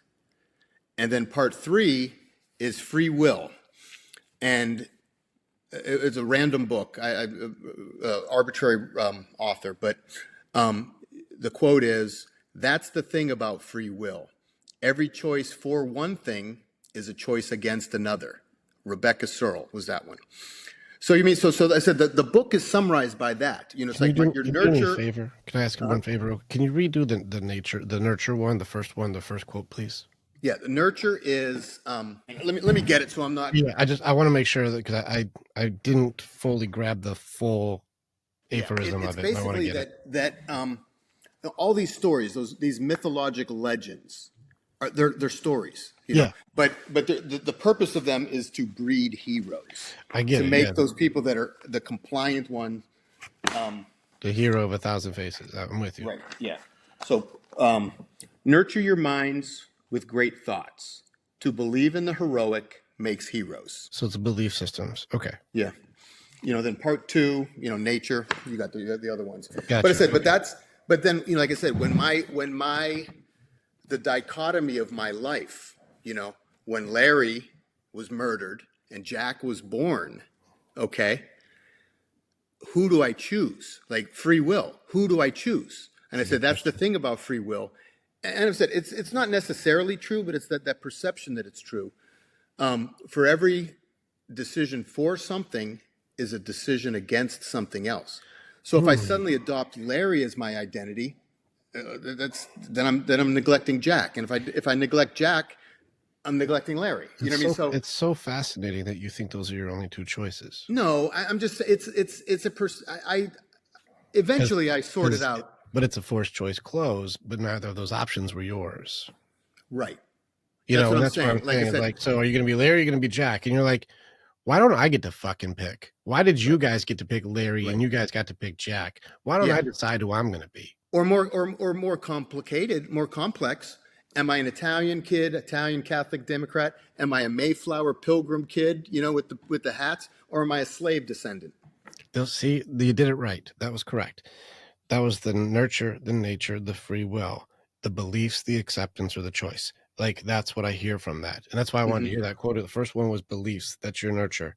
The second is your acceptance of things. That's the nature. Nature doesn't operate in straight lines. And then free will is choice. Yeah. Which is why and like I said, my first book is Everything is a Choice. So I can relate to the choice element of this. The free will. So here's how I tie everything into my Japanese Eastern thought. Okay. Is that I say, nature and nurture are like the black and white side of the yin and yang. Yes. And free will is that invisible line between the two, where sometimes you go with your training, sometimes you go with your nature, sometimes you go with what you believe, sometimes you go with what's true. You know what I mean? Like, I refer to the free will as that meandering, invisible line between the stark white and black contrasts. It's your governor. Your free will is your governor. Do I want to just go along with the crowd right now because it's convenient, or do I want to be a rebel? Do I want to, go against it? So that you make those choices. Do I accept these beliefs, or do I rebel against them? And what's pick your battles. Which one do you go with? And I think I try to use it to summarize life, I guess. As it has been, like, this is not sarcasm. Has it been a successful strategy? For me? Yes. Yeah. Good. Okay, good. Yeah, like I said, it's of course I still fail. I still screw up left and right. More so now because I'm not the compliant, follow the rules guy. I'm like, I start to think through things, because I had to. You don't believe everything. It's helped me to at least dissect out those elements of me, the part of me that's Jack, the Italian kid who was raised, the part of me that was Larry, the football playing, deadbeat dad, my father, my birth father, or am I that, British compliant Puritan? I mean, like, I've been Interesting. able to kind of dissect out, from my nature, my nurture, my free, what choices did I make along the way. So it's at least given That's me a framework, something to, the answer I see on that is you are all of them and none of them. yes, I am me. That's I am yeah, who I you am. are all of Yeah. those things, but you're also none of those things. Mm-hmm. Because how I was or what I was is not who I am, but how I am is who I am. Mm-hmm. And that has nothing to do with what I was. That's just look at me now, not for what you saw before or what your judgment would be from something that doesn't exist. Mm-hmm. So you are all and none. Yeah. See why I reached out to you, Rick? I knew you were gonna. I knew we would simpatico on this one. Well, I also knew on the other podcast we could never get to anything. These are quick little. This is that's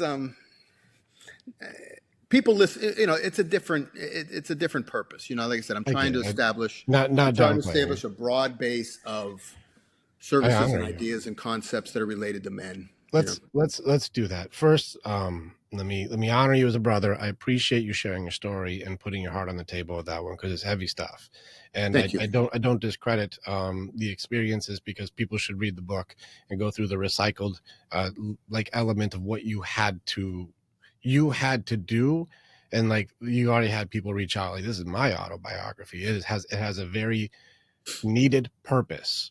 What you've done is needed purpose, and I say that exactly that way. Not a want, it is a need, Mm-hmm. and it is not a luxury. It is a purpose for it. So I think that it sounds awesome, and you should be proud. And even just hearing it, I'm proud of you too. It's very cool. It's a very Thank you, cool man. thing. Thank you. That's awesome. I do want to get into what we do next, though. I am excited Yeah. for like, okay, Authentic. we got them. Authentic. Yeah, What let's is get into the real authentic? shit. Let's do this. Let's get into where the world is struggling right now. And I think you already know the thing where hard times make strong people Mm-hmm. make good times make weak people make hard times. We're in what they would call it the best of times, which is not necessarily that it's best, it's just never been easier. And good times make weak people. And we're in a time where weak people are making very difficult times. And then the next handful of years from 2020 to probably even 2035, we're going to watch shit that's going to make your brain explode with human behavior from weakness. It's going to be off the charts. The world has never needed strong men more. And when we get into authenticity, accountability, leadership, strength, we get into goodness, mind, heart, body, spirit. You've got a men's clinic and people who are coming in going, how the fuck do I do this, Jack? I want to see some of the stuff that you found that has been like, this has been a benefit, or this is something that we've used. And then I also want you to challenge Rick, what in this area has sharpened the tools for you so you can use some of my weapons in your arsenal to make it so you can help more men also. So, Yeah, I'm all in, man.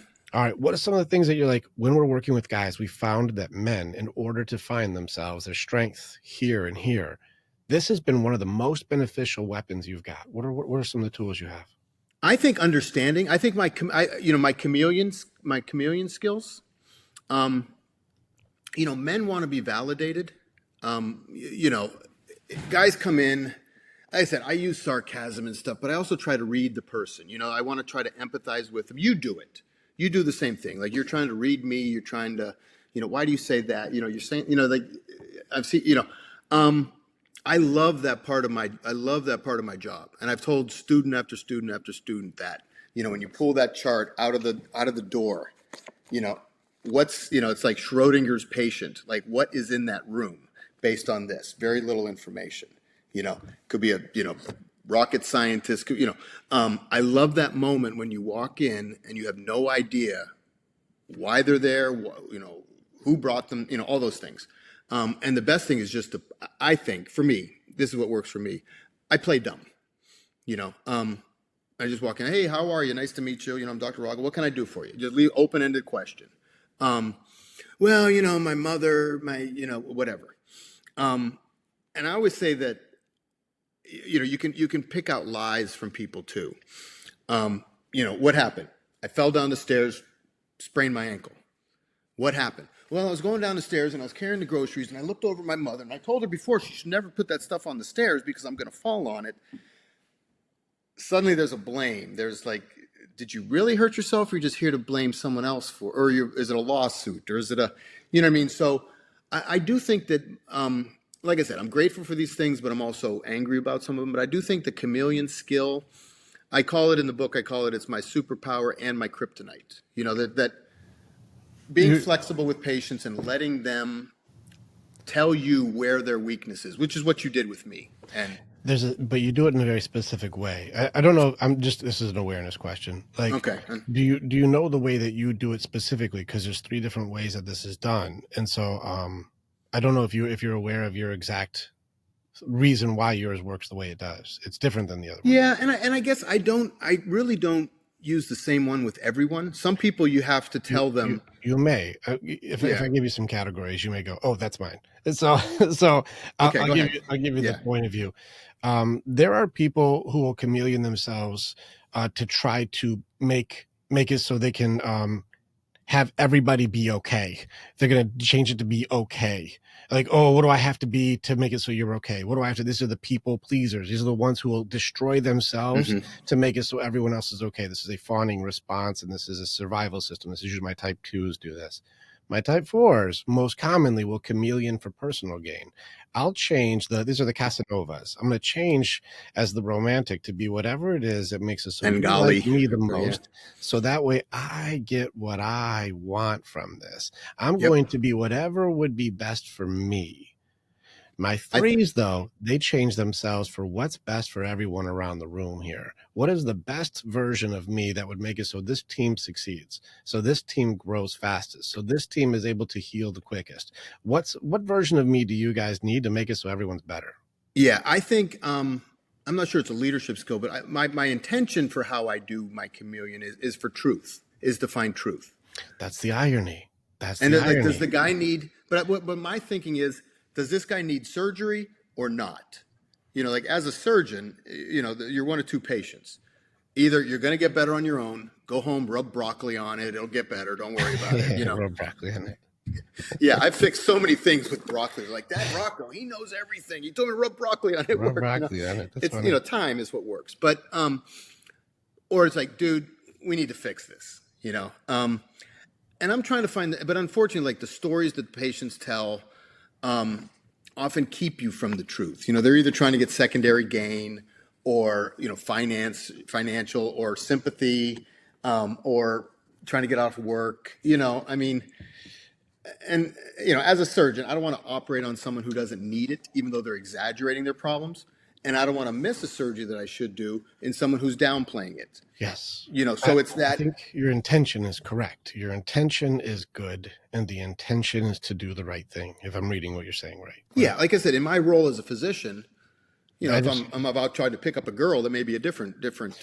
No, that's different. Good thing we're not in that game anymore. It's fucked up right now. All right, so in any case, here's the irony, and I'm just going to let you tap into Rick's brain for just a second. I just look at the patterns and the idiosyncrasies of the way that we communicate, and it's our paradoxes of our strategies. That's sometimes I'm like, we should say it out loud because I don't know if it makes sense. You say my chameleon is my superpower, and I'll sometimes chameleon for truth, because the idea of what I think you're trying to do with your chameleon system is to connect, which I think is the idea, is if I change for this situation, I can find where the connection is to get to truth. That's the idea, right? Yeah, I guess. Yeah, that's okay. But the funny thing is the conundrum of being a chameleon is not authentic, because I changed myself, which is I started to not tell the truth to get the truth. And that's where it starts becoming the paradox of I chameleon to connect, which means I lie to be honest. But Jeremy, can you imagine if I went in the room and I'm like, listen, buddy, you know, as soon as I walked in the room, I'm like, look at buddy, you're 450 pounds. Of course your knees are going to hurt. There's nothing I can do for you. You know what I mean? That's not going to get me anywhere. Maybe. Let me show you something I've been doing with my guys, and I hope you can use this weapon. It's authentic in every category. There's certain elements of conversation that we would have with people, and I'll say, do you want me to talk to you as like a mentor or teacher, as a brother, or sibling? Do you want me to talk to you as a family member, or do you want me to talk to you as a man and equal? Like, which version do you want? Yeah, man and equal. You think so until you start getting fucking hammered, and then you're Right. Yeah. like Oh, you yeah. think so, Yeah. like I mean, I said, how would I like to? I would like you to respect me and not you, treat me like a child, until you But go like, well, you're being a fucking liar and your chameleon shit is not cool at all. And for me to right. respect you in any capacity, can you please come in with authenticity and not lie to my fucking face in order to get what you want? You'd be like, can we go to brother? I'd like to hear Yeah. that version. It's But those kinds of things where it's like, which yeah. version, or even as mentor would be like, I understand the need for you to want to connect. And I know that you're trying to do the right thing here, but the method of connection you're using is actually a compromise of who you are to do so, which makes it difficult to achieve its purpose. Yeah. Let's work on that authenticity so you can actually have the achievement that you want Hmm. without having to compromise who you are. The reason I'm bringing this up is not to say good, bad, right, or wrong. The answer is still the same answer, but I'm able to say it in different ways. It's the exact same answer of let's work on your authenticity to create connection. It's the same answer, but the delivery will be different. Yeah. I hear what you're saying. Oh, where'd you go? I'm still here. I'm just Okay. hidden behind whatever screen happened. Okay. There you go. Whew. See what I mean? Panic. That limbic system just went nuts. You're still safe. We're okay. um, I think it's like, to catch a criminal, you got to act like a criminal. There's an element of the justification there, but I think that you can still see what a villain does without having to be one. No, I do try to be honest. Like I said, Yeah. I do try to be authentic, and I always have. I mean, but I said there's situations where this guy's lying, and you have to Right. catch him in a lie. I mean, that's street sense, I guess, and I think the adoptee is a master of street sense. Because they have to find out how they get smiles, how they get food, how I like don't think as it. an infant, I where don't think it's adoptee. I think it's just well, that's I'm the just system that you were in, and you got good at it because you were in a system where you had to. I guess, but yeah, you're right. You're right. It's not just, but it is one of the other childhood trauma. I also believe any other childhood traumas are also the same. Oh, my father Sure, doesn't drink that much. He doesn't really hit my mother hard. I mean, there's those lies, that are yes, it's the covering up the childhood but trauma or you the grew up in a home of deception, and you had to adapt. I don't know if that's necessarily adaptee, more just environment, like you said, the nature, the nurture, and Mhm. like, well, the nature of this environment was to lie. It's to change the stories. And you've been, even from womb through your entire childhood, nobody was telling anybody the truth. And it's the fastest way for people to get what they want. Again, it's not a judgment of your goodness or badness. It's just the product of the environment, not necessarily an adoptee, but just Mhm. being around a lot of liars makes it so that seems normal. I don't think that's adoptee. I just think that's the environment you No, were in. no. You're right. You're right. My mind gets stuck in that. We're talking about the book, and you're No, no, right. it's okay. It's Well, I applicable just to I just see your heart and soul. I don't see your past. I see who you no. are now. Yeah, So I it's hear just you. those things. And so again, this none of these things people feel sometimes targeted when I'm like, hey, there's a thing. But it's not because I No, intend. I'm like, I just want to connect and have you just fucking crush, man. And I see your intention is so good. Like the intention is in the right spot. And I just always try to help my brothers get stronger. If I'm like, let's put another plate and see if you can bench it, because I got you spotted right now. hmm And so it's one No, of I those got you. things. I accept the critique, not criticism, critique. Yeah, I just want you to Yeah. win too, because I think that you're doing the right thing. Let's go ahead and change the energy, and I want to give you power for Jack. Do it. Jack, fire off a question at me as though any type of question to go like, okay, well, what about you, Rick? And I want you to be able to find some tools that you can utilize that would be very useful for your mission, because I'm also on the front lines in this thing when it comes to working with men. I have thousands of guys that we work with. And most people actually don't know. They will listen to these shows. They don't realize I do deep work psychology and really help build powerful, badass men, authentic, strong, confident. We teach our guys to be good leaders. And so they don't know that we have programs and stuff. What would your question be? Like, I want to make sure that this area gets stronger. What would a Yeah, question I be would. for I would me? say that. I would say the self. I think you've kind of touched upon it, but it is that in different scenarios, like having that confidence to exude leadership. I think that you're right. my leadership skill is probably lacking because of I'm undercutting myself before I say something. You know, The sarcasm. I'm being the jokester, I'm being the sarcastic. Yes, I'm almost defeating the mission before it begins with my sarcasm that's and at that's times. correct. This is what I do this with my men often. What is the question? How do I get rid of that self-doubt that makes me be sarcastic, So that it's makes doubt. me, you know, So then you'd want to know, like, how do we beat doubt? yeah, doubt. Doubt, okay, and there's an inadequacy there that you're using a defense system. I think Lewis Howes calls it the Joker mask. You know, the where that if I can make you laugh, you don't ask questions. You know, and that's kind of the trick. And comedians do this. It's highly effective too. It's extremely effective because you won't know that I'm suffering because I'm more concerned in making you laugh than you getting into what's really wrong. And it's a good deflection tool. It works very well too. It's this very successful one. Worked great for Robin Williams until it didn't, you know.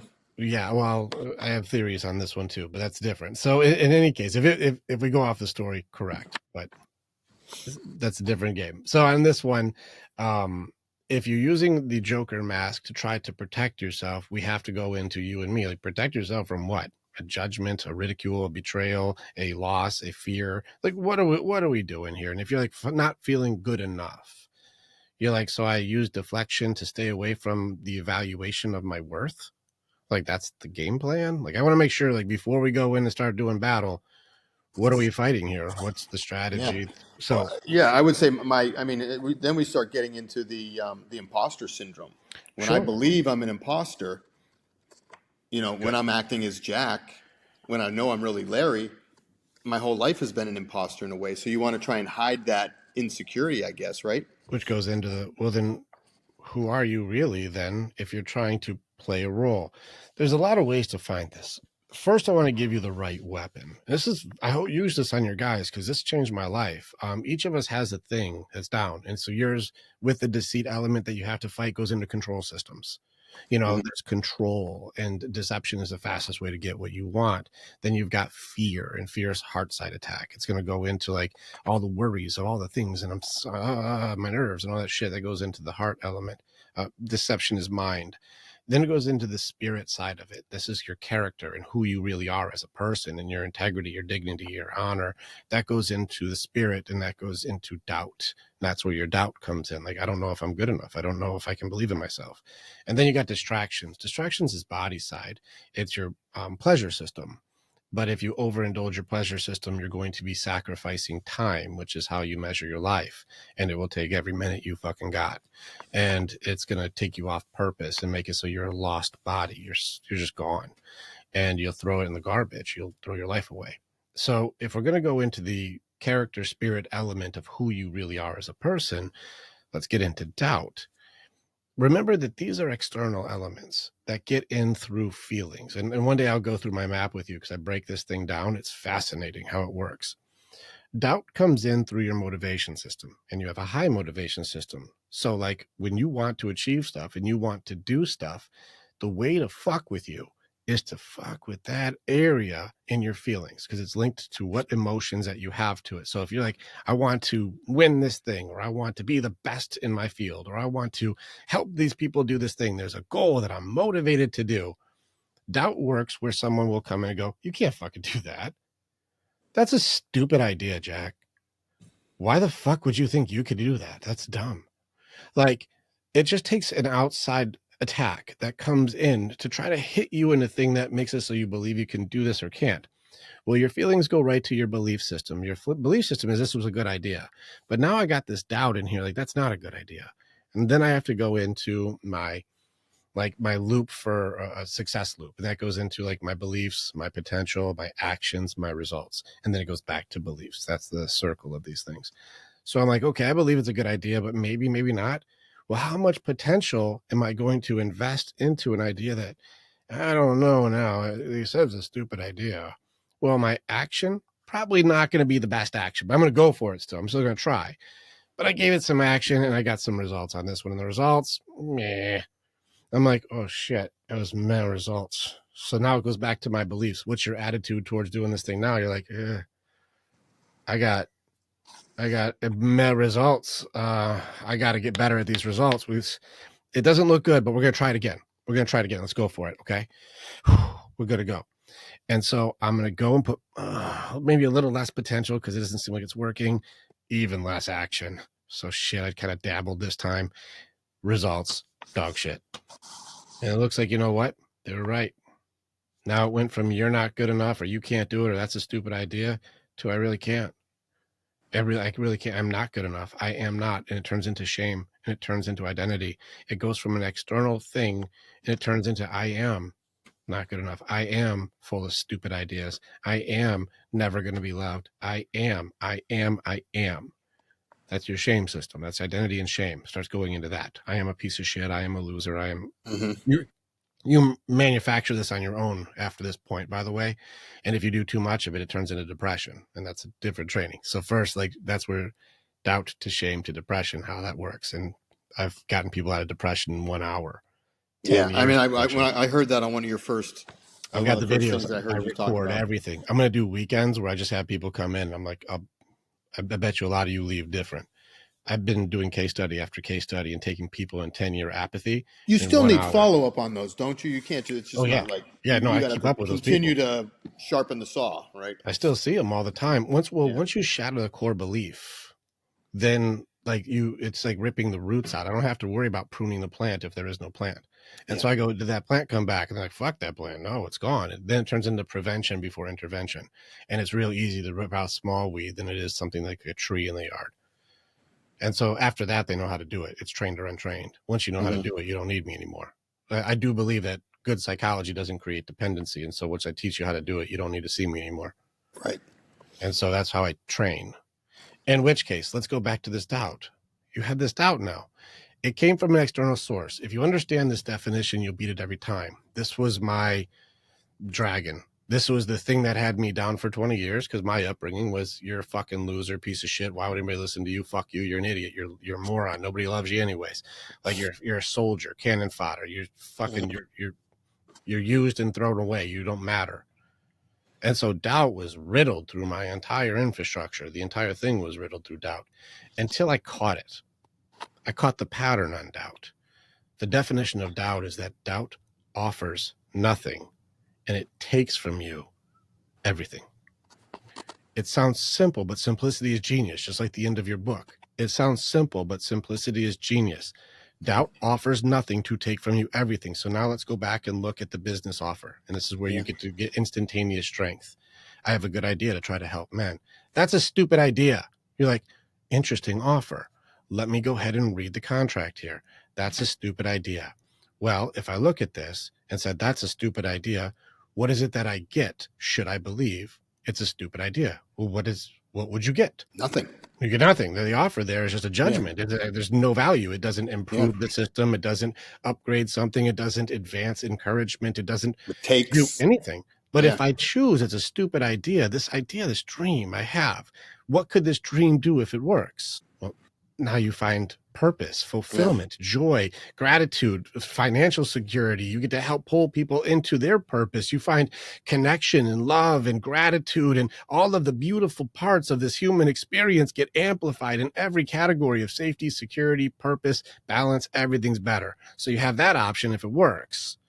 Or that's a stupid idea that would never work. Now you can see your options, your choice, your free will. Well, now I see the options. Well, now am I going to choose that doubt offers nothing, so it takes from me everything?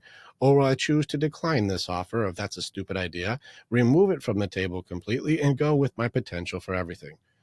Well, which one would you choose, Doc? Yeah, everything.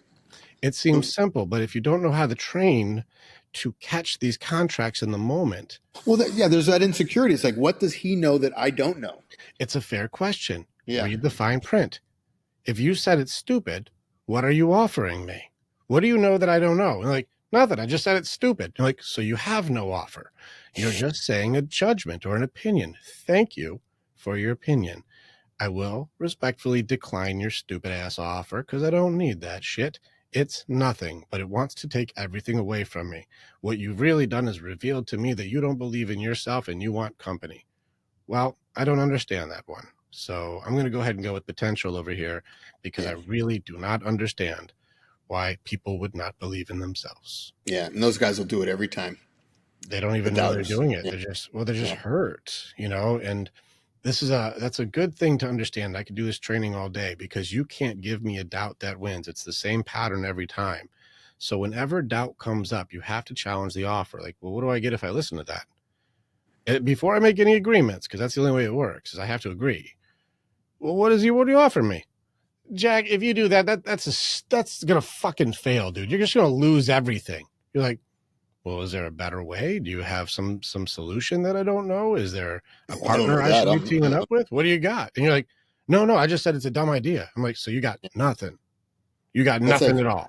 yeah, Okay. that's like that's like a meme or something like that. Where they're talking like the Italian mafia guy. He said, but what do I know? They say something to tear you down, and then it's like, well, but what do I know? And then you challenge. You have to, Yeah, rule 7, challenge everything. Once you go into it and go like, well, what do you know? And they go like, just saying some shit. And like, yeah. so that's not a real thing. You just threw a thing on the table, but it would ruin everything if I agree with you. Well, I don't agree then. I'm just going to decline that Well, offer, remove it's a it. jealousy thing too. Like you're doing something. The person who's doubting is doing nothing often, right? I don't know if it's jealousy. There are people where it would come from envy. There are people it could. I think it's more of a projection is ironic. And it sounds like a simple 3 words to put together, but it's really interesting that people want to project the pain in themselves onto another person and then dislike the other person for doing the same thing that they do. It's like, oh, well, you listen to me and now you're a fucking loser. So look at you fucking, what do you fucking know, loser? And you're like, well, I did what you did. You're like, yeah, well, fuck you, fuck me, fuck you, and it's like, now we're both losers and you hate me for being like you. It's an Yeah. ironic system.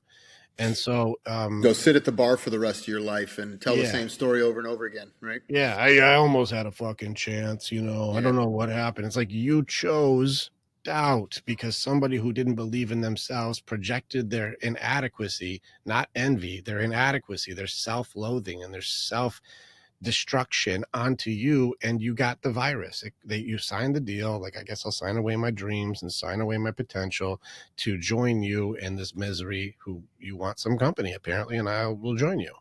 That's a decision that had to be made. That's the free will element. And this is why I train everything is a choice. If you can catch the offer, I can simply decline the offer without even anger, without even frustration or fury. I don't have to use wrath to disagree. I can just go, you're not offering anything there. You know that, right? Like, oh, yeah, I'm not offering shit. Well, I'm just going to decline that offer and I'm going to go with my potential. Like, Yeah. I don't really, that's not even an argument. And so when you understand how doubt works, you go through every system in your belief system on like, where did the doubt come from? Go back to the original contract. It came from parents. It came from teachers. It came from nuns. I don't know. It came from all these people that said, you're not enough or it won't work or you can't do it. And you have to go, well, what are you offering me? And they're like, I'm not offering shit. I just have an opinion. I'm like, Yeah. so nothing. Thank you for your offer. I'm going to decline your offer, Right. remove it from the table completely, and go with my potential. Well, that's the reason why 50% of the world is below average. I mean, like those people who are always doubting, they're not that upper 10% or whatever. There's Right? they're not supposed to be. This is a harsh realization I've realized. And there's the story about the eagles and the chickens, and it's tough sometimes because it's an old African proverb. Have you ever heard that before? Well, I mean, the eagle goes to the mountain and chips off his beak or something. No. No, I don't think that's true. There's like animalologists, like they don't do that. Like, so Okay. even if that isn't true, whatever. But regardless, it was a African proverb where it was an earthquake and an eagle's egg fell out of its nest and rolled down the mountain and ended up on a path. A farmer was walking by, finds the eagle's egg, and he goes, okay, well, I don't know what egg this is, but I'm gonna take it to my farm, and puts it in with the chicken coop, and the bird hatches. It's an eagle inside of there, but it's in the chicken coop. And so it's hanging out with all the chickens. And so this eagle grows up and it's like just pecking on the ground and doing all the stuff that chickens do. Has no idea. It's made fun of for its big wingspan. It's eagle sight. Like, dude, you guys see that shit? They're like, you can't see that, you fucking freak. Like, keep your eyes down. Like, oh my God, look at that. They're like, you nuts. Look at the ground. Eat your bird seed. Eat the worms. Stop doing that shit. And any thoughts that you have of doing something great, you're just a fucking chicken. Until one day it sees an eagle flying overhead. Ask the other chicken, what the fuck, dude? Do you see that thing? It's like, oh yeah, that's an eagle, man. That's king of the skies. This dude, 1%ers, man, is the best. The eagles are the coolest, man. But you can't worry about that. You're just a fucking chicken like us, man. So stay on the ground where you belong. Stop thinking about bullshit you can never really do. And there are a lot of eagles that think that they're chickens their whole fucking life. No, yeah. But there's a lot of fucking chickens, and some chickens will never, ever, ever, ever dream of flying. There are a few chickens that actually do dream of flying, and they'll figure out a fucking way, and they break the rules. But that's rare. Most chickens are happy being chickens, and that's the under 50% to even begin with. And so there's an element of there are eagles that think they're chickens, and they have huge wingspans, but they were just taught never reach their potential. Well, they were never taught to even try to. They were taught to push their potential. Not to go beat the adopted child horse any further, but how many children are put into a family where they just don't belong? They don't. That's the same for people who aren't adopted, though. Right. Yeah. But a lot of them are like, there's a whole branch of them that are called not your parent expected. These are the guys who grow up, thinking they're a Smith. And then I've had so many guys talk about like damaging your identity. These guys think they're a natural child of this family, and then they do a DNA test and they find out they were adopted. 50 years later. But you're right. You're like, I've been an eagle this whole time. Who knew? Well, an eagle isn't a part of your birth certificate. It's a part of it's your spirit. It's your character. It's your dream. It's the people, like, because remember, to choose to dream and to choose to fight is not a birthright. It's a calling. It's something that you have inside of you. And every man should have this thing, which is why we have to build strong men, is there's a calling inside of us that is called to do great things, called to build, called to protect, called to lead, called to help, called to do something that's useful. And yet we're in a world where it's sit in your chair and shut the fuck up. Boys are bad. You have an attention deficit disorder, so you need medication. No, there's things that you're told that I hate those diagnoses as well. They're mostly wrong. Jonathan Haidt, they just rest on them their whole lives. Well, Jonathan Haidt was on this for the last 20 years. He's like, whoa, social media with women is going to be horrible. And what they're doing with the changing of diagnosis for boys is going to create a radical new set of dependency and disorders that being a boy is bad. And it'll create a weak generation of, it's going to be a tragedy, a true tragedy when you watch the outcome of this. And it's where you're going to watch this generation has made a large group of boys who will never be loved, like never be loved. And it's very sad. I've been doing the equations on this, and every way that I see these boys turned into nice guys, which will never be loved, by the way. Women, you're very right to avoid nice guys, very right to avoid them. They are not good, and they will never be loved. I agree with your contention that, there's a natural element to things that just you innately know. It comes from your genes. It comes from thousands of years before you, that it just, this is the way it is. It just makes sense. It's built in, yes. But you're right. But there's some people who believe, that this tabula rasa, that you can, people come out as a blank slate, that you can paint whatever you want on it. And that's completely not true. I don't think it is either. I think there's an element of, I saw a thing, it's where psychology meets spirituality stuff. It's very fascinating. Jordan Peterson gets into some of it too, because he comes from the clinical psychology side. So I like to hear where that touches the spiritual lines. Yeah, and he's very strong on both sides, psychological and theological. Well, I think he's far more mind side than spirit side, because I've met him in person, and his answers are very mind side. Because even when asked spiritual connection questions, it's a very mind side answer still. And I've sent him emails and shit, sent him videos. He talks about it a lot, like his religious upbringing. I think he's trying to outthink connection. And I think that that's where the issue runs into it. Because even when I just went and saw his speech, I sent him an email on this. I'd love to talk to him, but I'm one of a million people he doesn't know yet. And so I think that he's missing the spiritual connection and emotional element. So, like you said, the yin and the yang, he's so strong on the white side that his dark Yeah. side isn't connected to it. And so he's trying to justify everything about the the black dot instead of the entire other side. And it's a very complex conversation, which really has to end with connection, love, and purpose Yeah. in the non-measurables. But his speech ended with a measurable. And I'm like, that's as far as the mind side would go, but purpose goes into heart and spirit. And Mhm. so that's me, of course, being Rick. So I'm like, I think it goes further. I think it goes further, right? No, There's I elements. love how you bring in the spirit. I think it's essential. It Um, is. Well, everything is spirit. We just have to compartmentalize so that way yeah. we can do pieces. Like your mind is again an organ, your heart is an organ. These are personifications that we use to say this thing is doing its own thing, when really all of it is who you are. Yeah, It's spirit. that's like one of my big arguments against like the whole computer system. That everything is black and white, just punches and you know. I always say that when you describe something in a paragraph, like you look at an X-ray report, you know. But I said if you gave a 2-paragraph report of the Mona Lisa, you still don't know what it looks like. True. There's an aura to the you cannot use words. That's rhetoric. You can't use words well enough to describe the art. That's right in front of your face. You look at it, you're like, wow, That's Mona true. Lisa. Yeah, it's like Mona trying Lisa. to. You could write a whole book. It's a front view of a female who's half smiling, half not smiling. Like that's boring.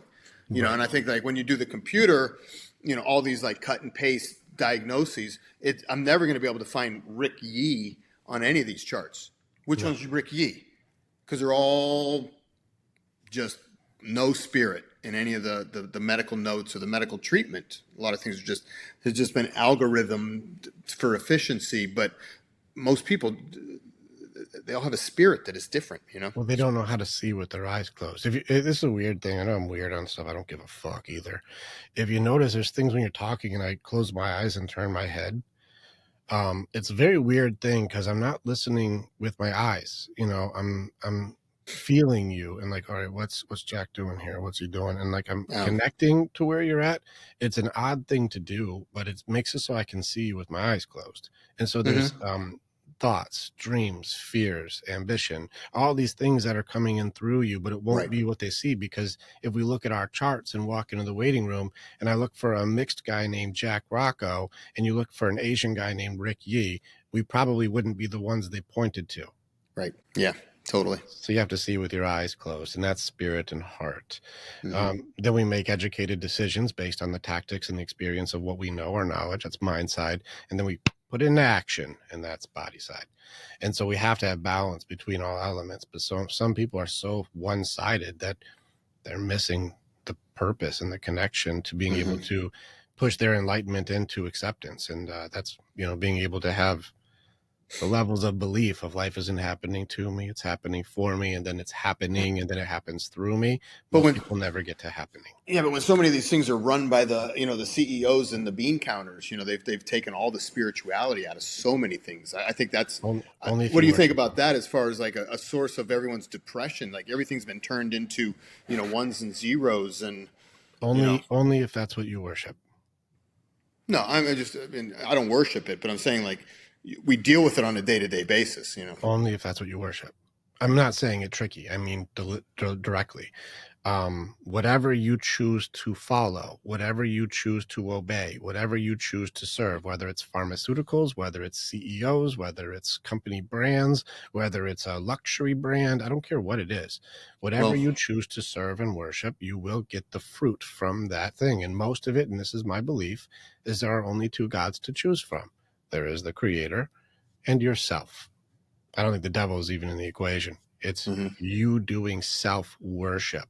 And that's where I think like you're watching the patterns of people going, well, who do you worship and what do you serve? It's like, well, I serve this thing that's for me. And I'm like, I see that. Well, I worship the CEO says I get this thing if I listen to him. I'm like, Right. oh, worshiping people. Okay, that I see what Yeah. we're doing. And that's when I say very directly, well, what do you worship? What do you serve? And people will wear a cross, but then worship a person. I think that was a lot of the purpose of, me, starting the men's clinic. That's an opportunity for me to use my spirit side, you know, Yeah, not just it's a knee, it's a limp penis, it's a person who is having an issue, this and piece is it's like I said, broken. Yeah. it's the big head, not the little head, Yeah. I oftentimes. like the analogy. You're not Yeah. wrong, but yeah, once you go to the next level of ascension, it's the being, Yeah. not the doing. And that's where people go Human to the next beings. part. Hmm. Yeah, but we got a lot of human doings out here, and Yeah. they have to suppress their heart, suppress their spirit in order to get what they want. And then when they get it, I'm not able to connect to the victory or the praise because my heart's turned off. And that's the conundrum of like, I got to beat this thing. You have to turn the heart all the way back on for authenticity. So that way I can fulfill the purpose of connection to really build good people. Hmm. No, I love it. I said I stalked you a little bit online, and I don't regret it.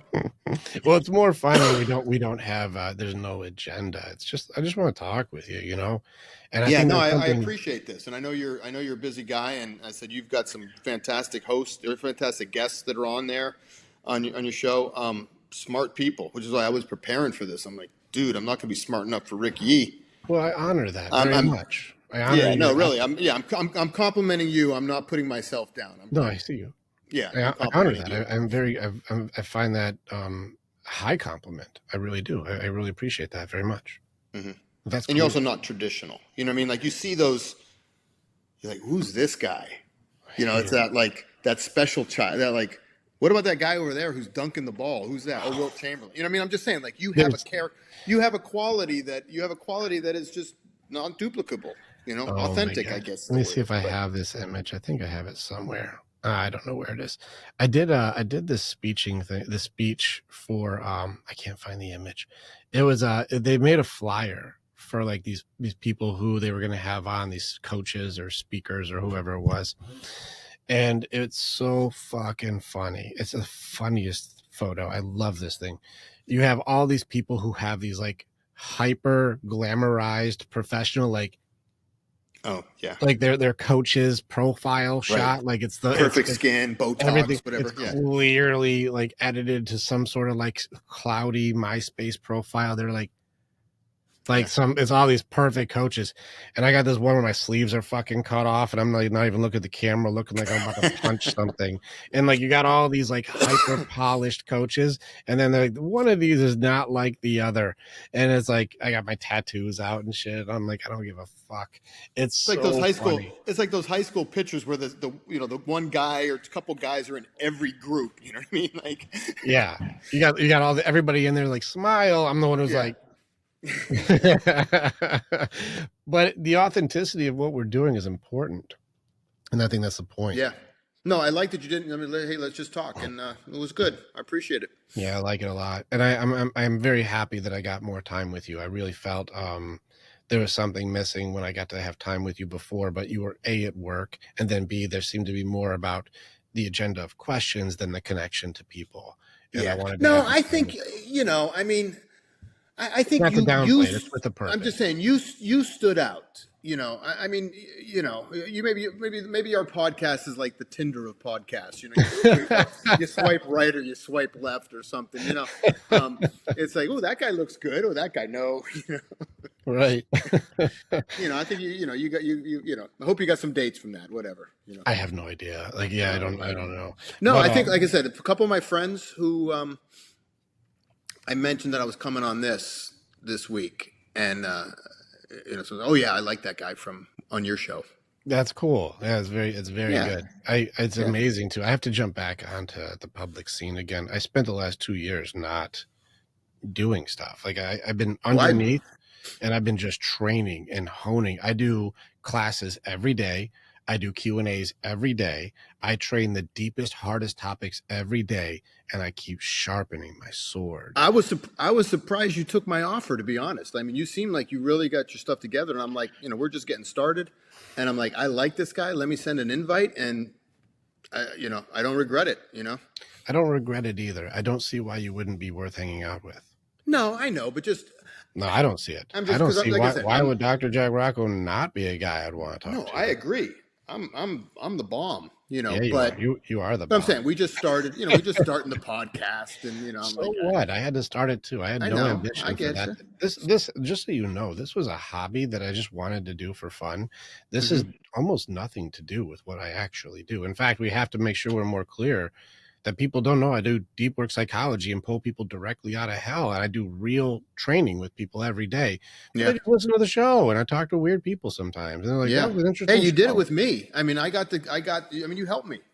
I got to promote my book, promote my company, and dude, you helped me. I mean, Yeah. the point. I said the way you precisely got right to my core, man. And I thought I was such a good chameleon, and you saw right through it.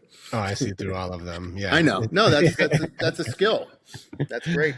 But it also makes it so I can help people connect, and I really Hmm. like it. There's some episodes that people get on, they don't know who I am, and I like those the best. Actually, those are my favorite. Is when people are like, I have no idea who the fuck you are. I'm like, you will. Yeah, And at the end, they're like, the fuck did we just do? And I'm yeah. like, yeah, I that's. need therapy now after my therapy. I'm like, or like, I think you just did like 4 years of therapy today. Like, holy Yeah. shit! No, And I'm true. like, Yeah. so it's a lot of fun, but I honor you for the effort that you put into it, the authenticity you have brought, the vulnerability you shared to say this is the toughest parts of my story I had to break through, and I honor also the difficulty of it. And a lot of people, like you've said in your story, really downplay. You had six. That's the way. You had like 6 weeks. It's a big fucking deal. You're like, if you understand human development, that's a fucking humongous deal. Like Yeah. Freud would not be calling this a small deal. No. So it's very cool, man. Thank you. It's No. been fun. Thank you. Is there anything that you are working on for Men's Clinic or for anything that you want to promote so we can get some guys to have more time with you? I think we. Yeah. I mean, look me up. Look me up if there's something out there that I'm doing. Give me a Yeah. call. Send me Listen, a text. he can help Email. scope your fat, fix your knee, Yeah, and make man. your Yeah. penis hard Hey, again. All the tricks. So many tools in the basket. Thank you, Doc. I appreciate you so Yeah. much. Thank you, Rick. See ya. Appreciate it.